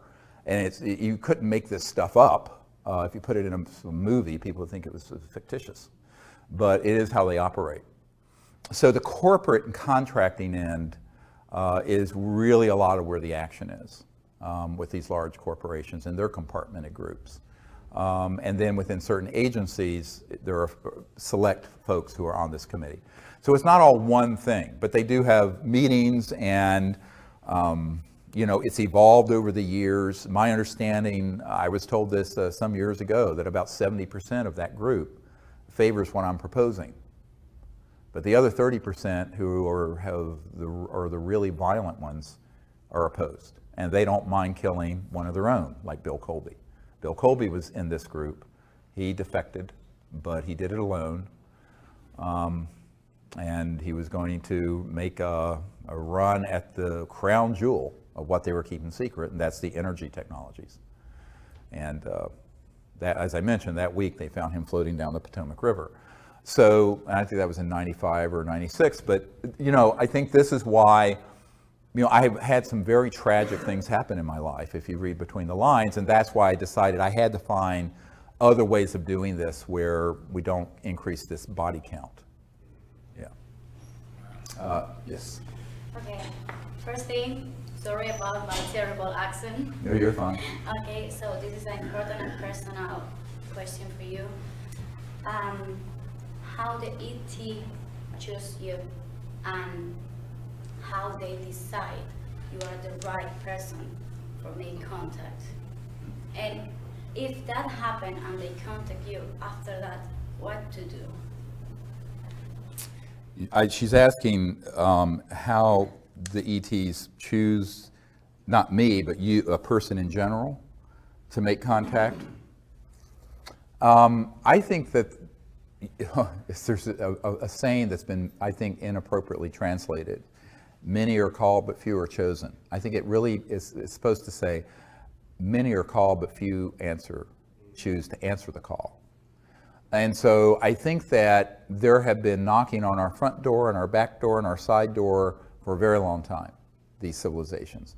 What they're waiting for are people who will approach them without fear and prejudice, without violence, who understand a little bit of their reality, who will educate themselves a little bit about what it means to be interstellar. And to be interstellar means to be in an extraordinarily high state of consciousness, personally, but also your technologies are interfacing with consciousness. And so that's why, you know, if you approach it with an ethical and moral intent of a pure heart, peaceful purpose, no fear, no prejudice, but also have prepared yourself for, shall we say, the unusual, even strange or bizarre ways that they may interface with you, so you're not afraid when they do, then they will. But they expect a certain level of you being educated and prepared. And then they will. And I don't think it's, you know, I've always said, I don't think I'm special. I don't think anyone is disabled from being able to make contact. I think it's them willing to go through the process of training and education, but more importantly, what is the purity of your heart and intent? You know, it can't just be because you want to see a UFO and be entertained, like dolphins at SeaWorld. It has to be for a sincere purpose to be a liaison between humanity and their culture. And if there's that purity of intent, then I think you'll be astonished. But there's also the preparation that has to happen. The reason for that is, if you read the last book that we put out about extraterrestrial, the Countdown to Transformation, extraterrestrial contact, Countdown to Transformation, and you read the accounts our senior team has had going around the world, some of it's very strange stuff. Like we have a team up in New York where there are these two wonderful ladies, and Diane and her wife, Marilyn, when they first read my book, Hidden Truth, Forbidden Knowledge, had their cell phone accessed when, I forget which one, was at the dentist office. And all of a sudden, this sphere appeared on her phone, and the C-SETI tones, those tones we use, started playing over the speaker system of the entire dentist's office and over her phone. And this happened multiple times until she came to the Outer Banks of North Carolina and got trained and just had amazing contact. But it was very strange stuff. And in fact, the dentist came out and said, "What's that weird music?" And it sounds like something from outer space. And it was all coming through. I think it was Marilyn's phone. I'm not sure. Or Diane's. It was Diane, yeah. So there's all kinds of ways where they will sort of initiate you and test you to see if you're ready for. Most people live in a very 3D, almost teleologic, very in a box world. But if you're interstellar, you're not living in that world. You're living in the world of higher dimensions, higher consciousness, energy fields that are completely beyond the speed of light. And so when those come into 3D, it can be very unusual. And so preparing yourself for contact involves understanding where mind and consciousness and thought and electromagnetic systems and all this phenomenon come together. There's a nexus where they come together. And that's why the development of higher states of consciousness in the meditative state is the foundation of the whole Close Encounters of the Fifth Kind initiative. It's very controversial amongst the nuts and bolts crowd in the UFO subculture. I said, yes, but you're not dealing with civilizations using a piece of junk like this. They're not communicating using the speed of light. Because if they're from the Andromeda Galaxy, which one of the ETs that came at Joshua Tree told us he was from the Andromeda Galaxy. And we have a photo of it. It's on our website. Go look at it. This is 2.5 million light years from Earth.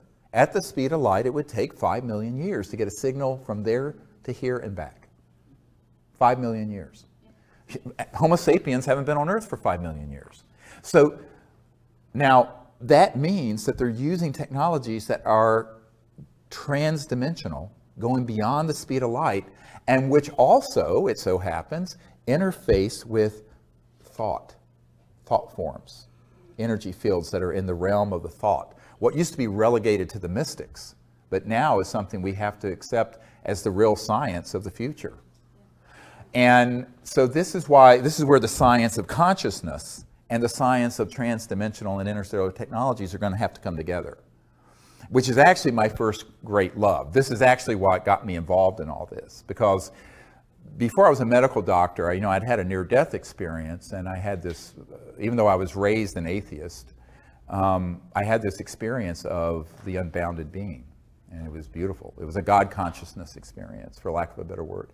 And I realized that the mind, the consciousness within every single person is infinite, and everything is folded within it. So I began to learn meditation and became a meditation teacher. I was a meditation teacher before I was an emergency doctor. And what I learned was that this became key, and that's why right after, 6 months after that near-death experience, I had this amazing contact experience that I recount in Hidden Truth, Forbidden Knowledge. But I think that it makes total sense, and it's the sort of thing nobody really wants to talk about in polite circles scientifically, because it sounds too weird. But if it's not a little weird, it's not extraterrestrial. It's probably something from Lockheed. And so educating yourself about the nature of where consciousness and thought and these technologies interface with their technologies. And in 1991, I wrote a paper that's in the first book I wrote, that's called The Comprehensive Assessment of the UFO ETI, Extraterrestrial Intelligence Subject. And in it, I talk about technology-assisted consciousness and consciousness-assisted technologies, where the mind interfaces with these both ways, where the mind can interface with technology, but also where technologies can augment and project thought and awareness more accurately. And that's what these civilizations had. I got a call from a senior aerospace engineer at McDonnell Douglas Aerospace that became part of Boeing Phantom Works. They had their own Phantom Works, became part of Boeing covert programs, but it was still McDonnell Douglas back then. And he said, how do you know this? This is the most accurate assessment any of us have ever read. And it turns out he had been on all kinds of committees, had known old man McDonald at McDonnell Douglas, and was on the Condon Committee to look into this at the University of Colorado in 1969. But he said that it's going to get you in a lot of trouble because it sounds a little far out there. And then he related me a story. He says, I was researching a case for McDonnell Douglas years ago, and it was in the Baja California in Mexico. And a craft had materialized, and this ET just appeared outside of it. And he had sort of a little black box, or rectangular box here at his solar plexus. And the person who had the encounter said that as clear as you would hear words in your ears, this being was communicating with his mind. And he was thinking back, and he knows that this device was receiving it and augmenting it and facilitating it. And it was going back and forth, all through thought. And he said that was a very, very solid case. He interviewed the people directly. And I said, well, that doesn't surprise me. I said, how else are you going to communicate interstellar? You have to go at the speed of thought, not the speed of electromagnetic signals. Now, this, of course, opens you up into the ridicule of the tinfoil hat crowd. But there is a serious science. And by the way, it is why the people at the science director at the CIA and other places know that we're onto the real thing. I had an NSA guy come up to me and said, they're very mad at you because you figured out the Rosetta Stone of contact. And it involves consciousness and thought, transdimensional physics. But it is also the thing that gets you in the most trouble the most quickly in the conventional world. Mainly because the conventional world has been miseducated about science, technology, consciousness, religion, thought, everything. I mean, it's almost like everything you know is wrong, but or partially wrong. But that's where you get the preparation, is really in developing your state of consciousness and having this intent. And then you just go out there and put yourself at service. And if you say, I'll be at service to doing this, almost anything is possible. What are your thoughts on crop circles? And do you have like certain messages you think that they're trying to send through these? Great question about crop circles. And by the way, just hold Colin Andrews in your thoughts and prayers. I got an email late last night that he is in critical condition and is at Yale University Hospital with a type of heart condition, and he is in really critical condition. He's the premier crop circle researcher. He's a really good friend since 92, 91. So, I was shocked to hear this last night. But I would say that, the majority of crop circles at this point are hoaxed. However, the ones that have been authentic are really amazing. The problem is sifting out the noise from the sound. It's just like UFOs. What part of it's man-made and disinformation and hoaxed, and what part of it is real. But my own sense of it is that it's certainly a way that they're trying to visually convey almost archetype knowledge of symbols and shapes and, if you will, sacred geometry through a very visual medium, transdimensionally. And the way I think they're created, because we interviewed, Colin Andrews and I interviewed a farmer, believe it or not, his name was Mr. Bull. It's like, you can't make that up either, near Alton Barnes. And he had been out on his farm in daytime, and there had been a crop circle that had formed, and then he was there when this energy field just came out of the sky, and it was like a mobile black hole. And it came down, and all of a sudden, everything started swirling and moving and bending down around it. And what I figured out by studying the real crop circles, and the Sea Steady logo is a crop circle that we communicated visually to the ETs that they put into a field in 1992. And that whole story is a fascinating story. But what I figured out is that what they're doing is that they're augmenting or increasing the gravitational field over a certain area, over with a template, if you will, like a blueprint, electromagnetic blueprint, that then goes and lays this down very quickly. Now, the ones that are hoaxed are just smushed down, but these are very fascinating. And so if you can imagine creating a counter-rotating electromagnetic field that causes levitation, which is what anti-gravity is, in a certain resonant frequency, using crystalline materials and nanocrystalline materials. I mean, we know exactly how this works. But then reverse that. You're increasing the gravitational field, so you can have an object way out in space, and it kind of targets an area very specifically and can create this energy field that then pulls the crop down instead of lifting it up, but in a very specific pattern. And it goes very quickly. And that's how we figured out how they're making it, how they're making the authentic crop circles. Yes? Are we finished? Have you heard of the Kesh Foundation and any of his work? Yes, I've heard of them. We've corresponded, and we've asked for, evidence of proof of principal operation and never gotten anything. So We're still waiting to see if they have anything. It's easy to make a claim. Our requirement, as you know, for these energy technologies is transparent conveyance of them to us with transparent testing, but more importantly, third-party creation of the effect, which is the sine qua non of science. If it's not reproducible, it's not science. It has to be reproducible. And so that's what we've asked for, but we haven't gotten anything in response yet. So, yes, sir. You spoke about how difficult it would be for a craft to come down without getting shut down, that there's so many things in place that as soon as they would show up, somebody's there right away.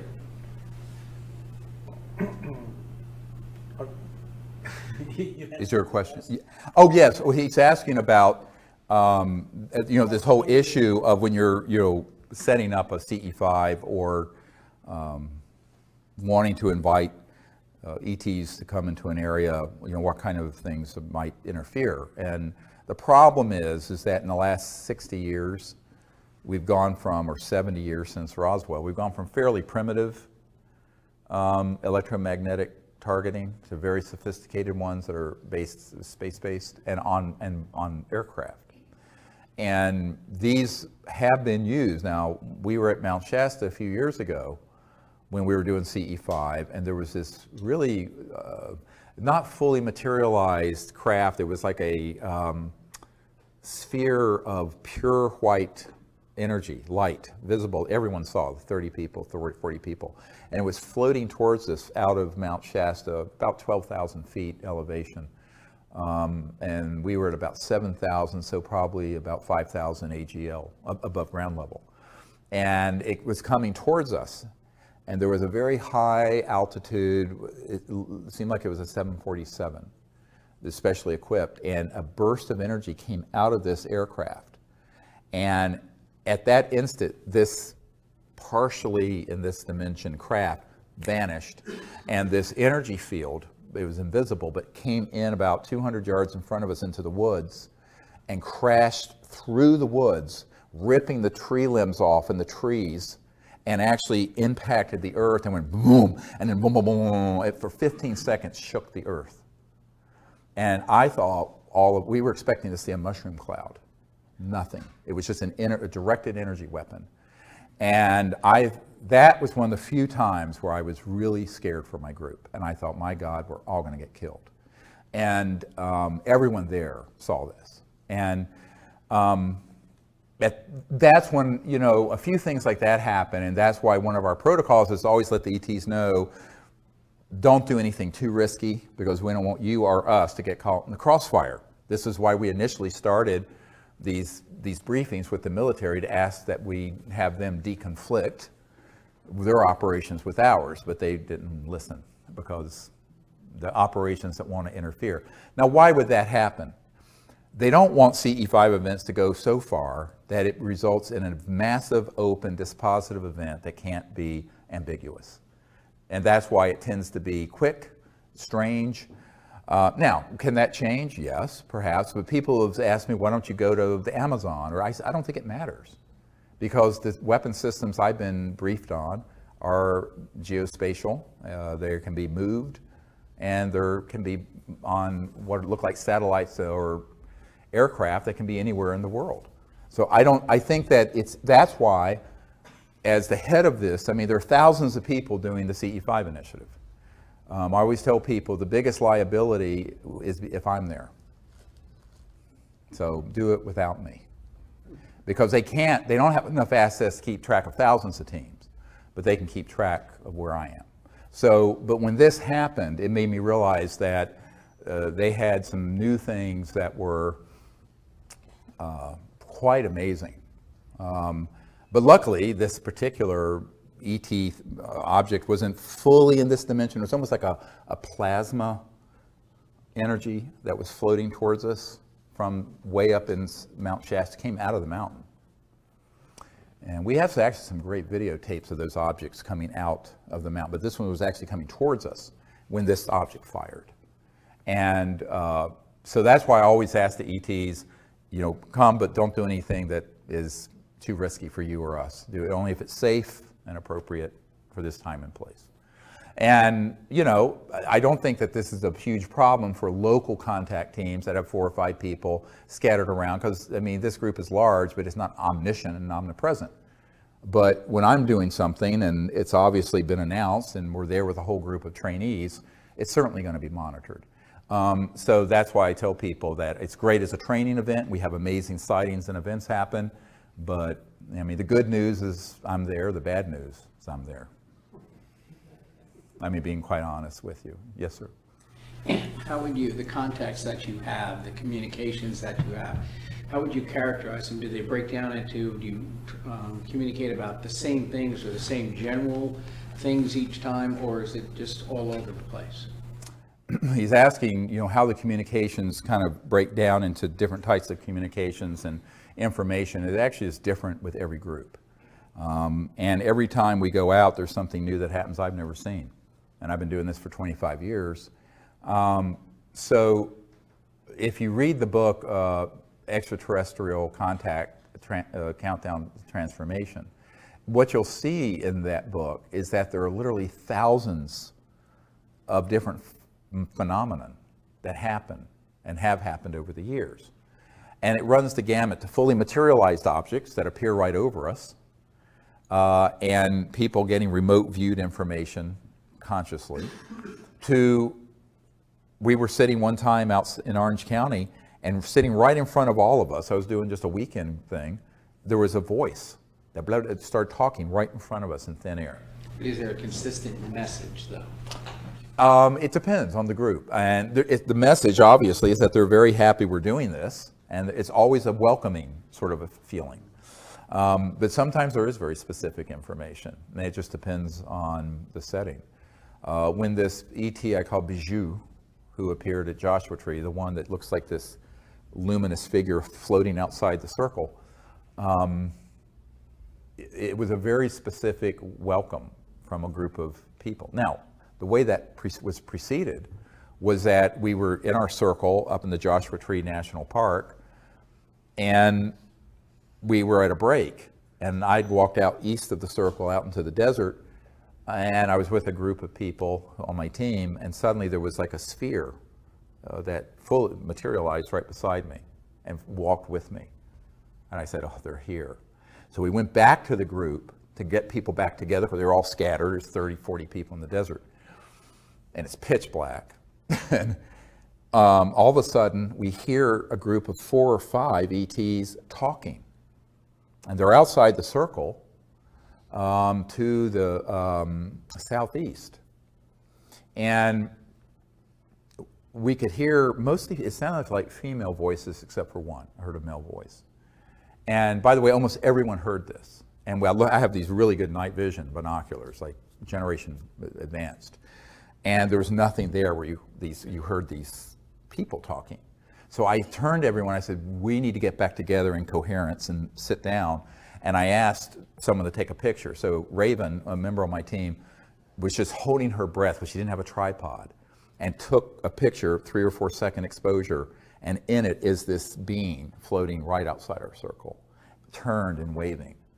It's not Photoshop. That is the single most important picture in the history of the UFO subject, because it was a CE5 diplomatic initiative that ended up having photographic proof of it, our contact team.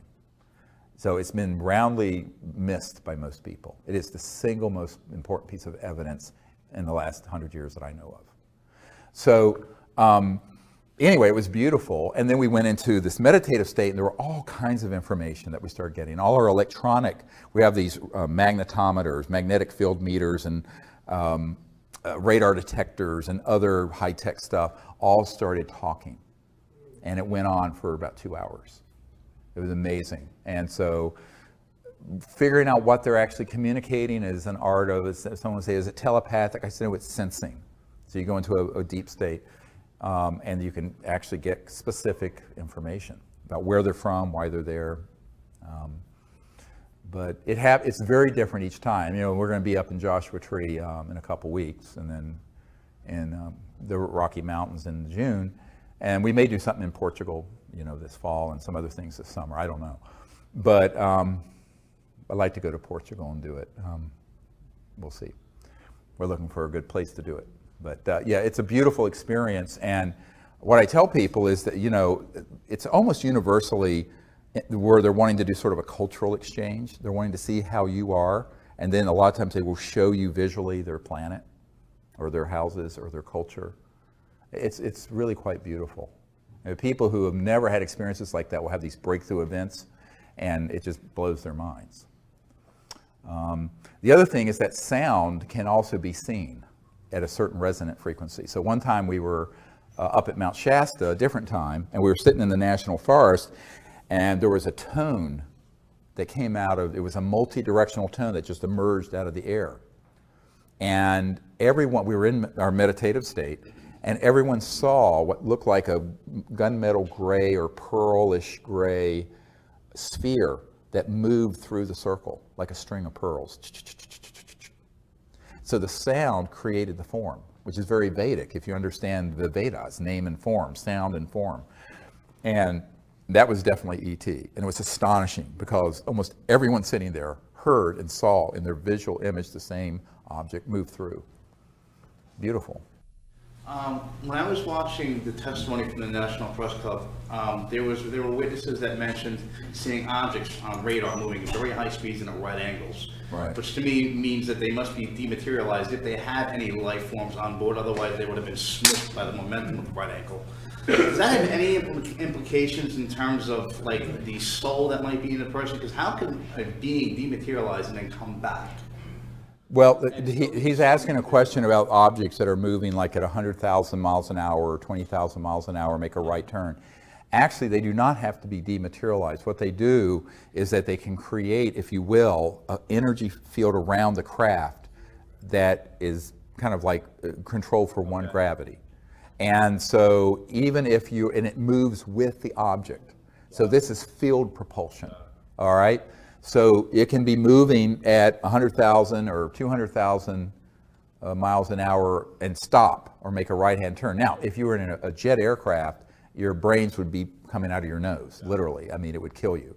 But if you have the ability to control what's called gravity control and mass control, and remember, it's a misnomer to say anti-gravity. It's actually, if you will, a mass attenuation, the reduction of mass. So using certain resonant frequencies electromagnetically, you can cause an object to become lighter and then completely massless. Now, at the point that it's massless, it's out of this dimension. But it can be 99% massless, and you will see some aspect of it. You see what I'm saying? And this has to do with spin theory in physics and altering the angular momentum of the atoms and subatomic particles. I'm not going to go into the arcana of this because people will be bored. But you know, we understand how this works.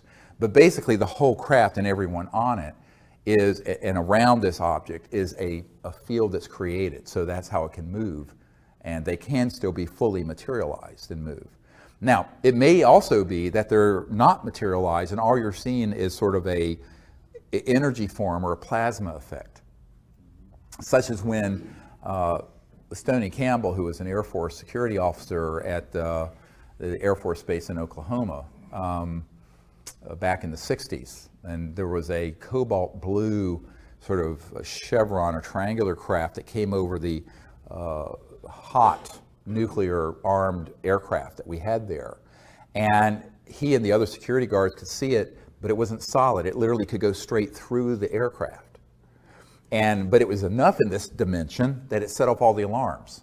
So all the pilots had to go into the hot area and take off. This is in the disclosure book and in the material. So, but in that case, they were like, what are we seeing? It was almost like an apparition. Because what they were doing, they were checking out our nuclear weapons, but in a form that wasn't fully solid. And to understand that, you have to begin to understand how you can sort of change mass to where it crosses over into just energy, pure energy, which all mass really is pure energy, but that's all that's left and represented, and then tweak it a little more, and it's invisible. It's still there, And all you may do is pick up an electromagnetic signal, which is why learning how to make contact and how the phenomenon comes, it's really useful to come on one of these expeditions that I run. Do you know if it's a semi-transitional thing that we're seeing, like maybe it's semi-transdimensional versus dematerialized? Like, how do we know which really is what's happening when you see just that glow, but it may not be there? We just see the light that's being emitted from the object, but right. Maybe it's not physical. Is it dematerialized, or is it like transitioning between dimensions? Do we know? Yes, we do know. He's asking, how do you know if it's dematerialized? If it's really completely out of this dimension, you're not going to see it. You may remote view it, and there may be an electromagnetic field effect, but visually you're not going to see it. Remember, your eyes only see a very limited spectrum. If you are seeing it, and it may be only transiently, it may only be like a heat wave effect, and you see this thing shimmering, and it comes in and out of this dimension. What it's doing, it's phasing in and out. And it can, at that point, fully materialize in an instant, fully dematerialize in an instant. And this is actually what Corso described. It wasn't in his book, but I mean, I saw it in his papers when I went to his house. He had a stack of papers this big. And Colonel Corso had this encounter at White Sands where this craft materialized in broad daylight, and then it would dematerialize. And when it was dematerialized, there was just, it looked like a heat wave, you know, like a mirage in the desert, and then in the shape of the ship. And then it would go click and be fully materialized back. And it did this back and forth, showing him. All within the same dimension does it do this, or is it transitioning between dimensions as it does it? And that's what I'm saying. It's going from 3D into other D. Got it. Okay. But, you know, it's like a radio waves. If you imagine, you know, the old tuners where you can turn, and sometimes you will hear two stations at once on the old AM radio dials, like, you know, where you turn, they can sometimes be in multiple dimensions simultaneously. But that, you know, this is a really advanced discussion of the technologies. But, you know, yes, we do understand how they do it, and classified programs have also experimented with doing the same thing. We have time for probably, what time do you guys have? 5:58. We have 2 minutes before we're supposed to take a break. Is that right? Yeah. So let's see. I'll take someone who hasn't asked the question yet. Yes, sir.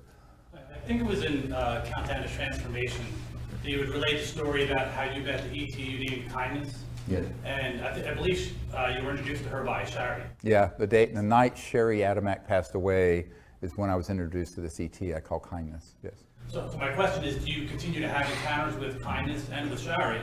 And also, is it common to encounter people who have passed away when you have encounters with ETs? Yes, is it common to have encounters with people who are passed away also when you're having encounters with ETs? I don't know if it's common, but it does happen. And remember, if you go beyond the speed of light, what I call the crossing point of light, you go into energy fields that begin to approximate what the mystics used to call the astral, which is closely approximated to, if you will, the afterlife. That astral aspect of your body. So the night that Sherry Adamak passed away, I awakened in this lucid state, and she was there introducing me to this ET with a perfectly round head. I mean, exactly round, not elongated at all, and completely hairless, and very, very kind. I call her Kindness because she just emitted this kindness. And in almost every expedition under the stars we've had since 1998, she has shown up in what looks like sometimes it's cobalt blue and sometimes it's diamond blue white ship, and often it'll come in and make a curve and then go back out and dematerialize, but it's that distinctive, it's very distinctive. So yes, we have, and my understanding is that she's a very senior diplomat with an interstellar coalition, very enlightened. And it's sort of like the Bijou, when we had this experience in Joshua Tree, the amount of the development of consciousness of these life forms that have explored the cosmos for thousands, some of them millions of years. It's just stunning. And the intelligence. But, so yeah, that continues to happen. And it's very unusual that we're out on one of these week expeditions where we don't see that ship. Do you ever see Shari anymore? Yeah, I mean, I'll have dreams with her. Yeah, yeah, yeah. And by the way, the lucid dream is an amazing tool because it's, you know, buried within everyone is everything.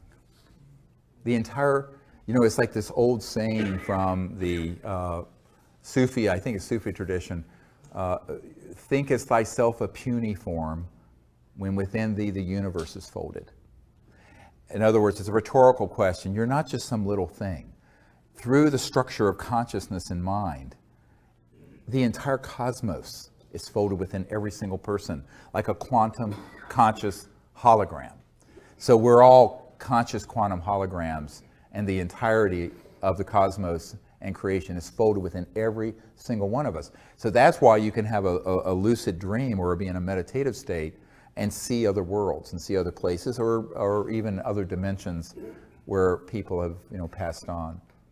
And it's quite beautiful. Now, you know, trying to prove that scientifically, but it's a global experience. I mean, there's so many people who've had lucid dreams of something that's happened the next day. I mean, so there's empirical evidence, but you know, you can't prove it. But ultimately, I think in the future we will have the ability technologically to prove these things. And until then, we can use, you know, what God gave us, our own consciousness and thought and mind, and create a new world. Well, with that, I think it's a great place to end. It's a little after 6. I want to thank all of you for coming. We'll have time to hang here for a little while. And I just want to say in closing, really the key thing to disclosure and to contact is people stepping into their own power and not waiting for other people to do it. Because if you wait for others to do it, it will never happen. This is something that has to be a grassroots mass consciousness event. And the next phase of disclosure is going to be exactly that.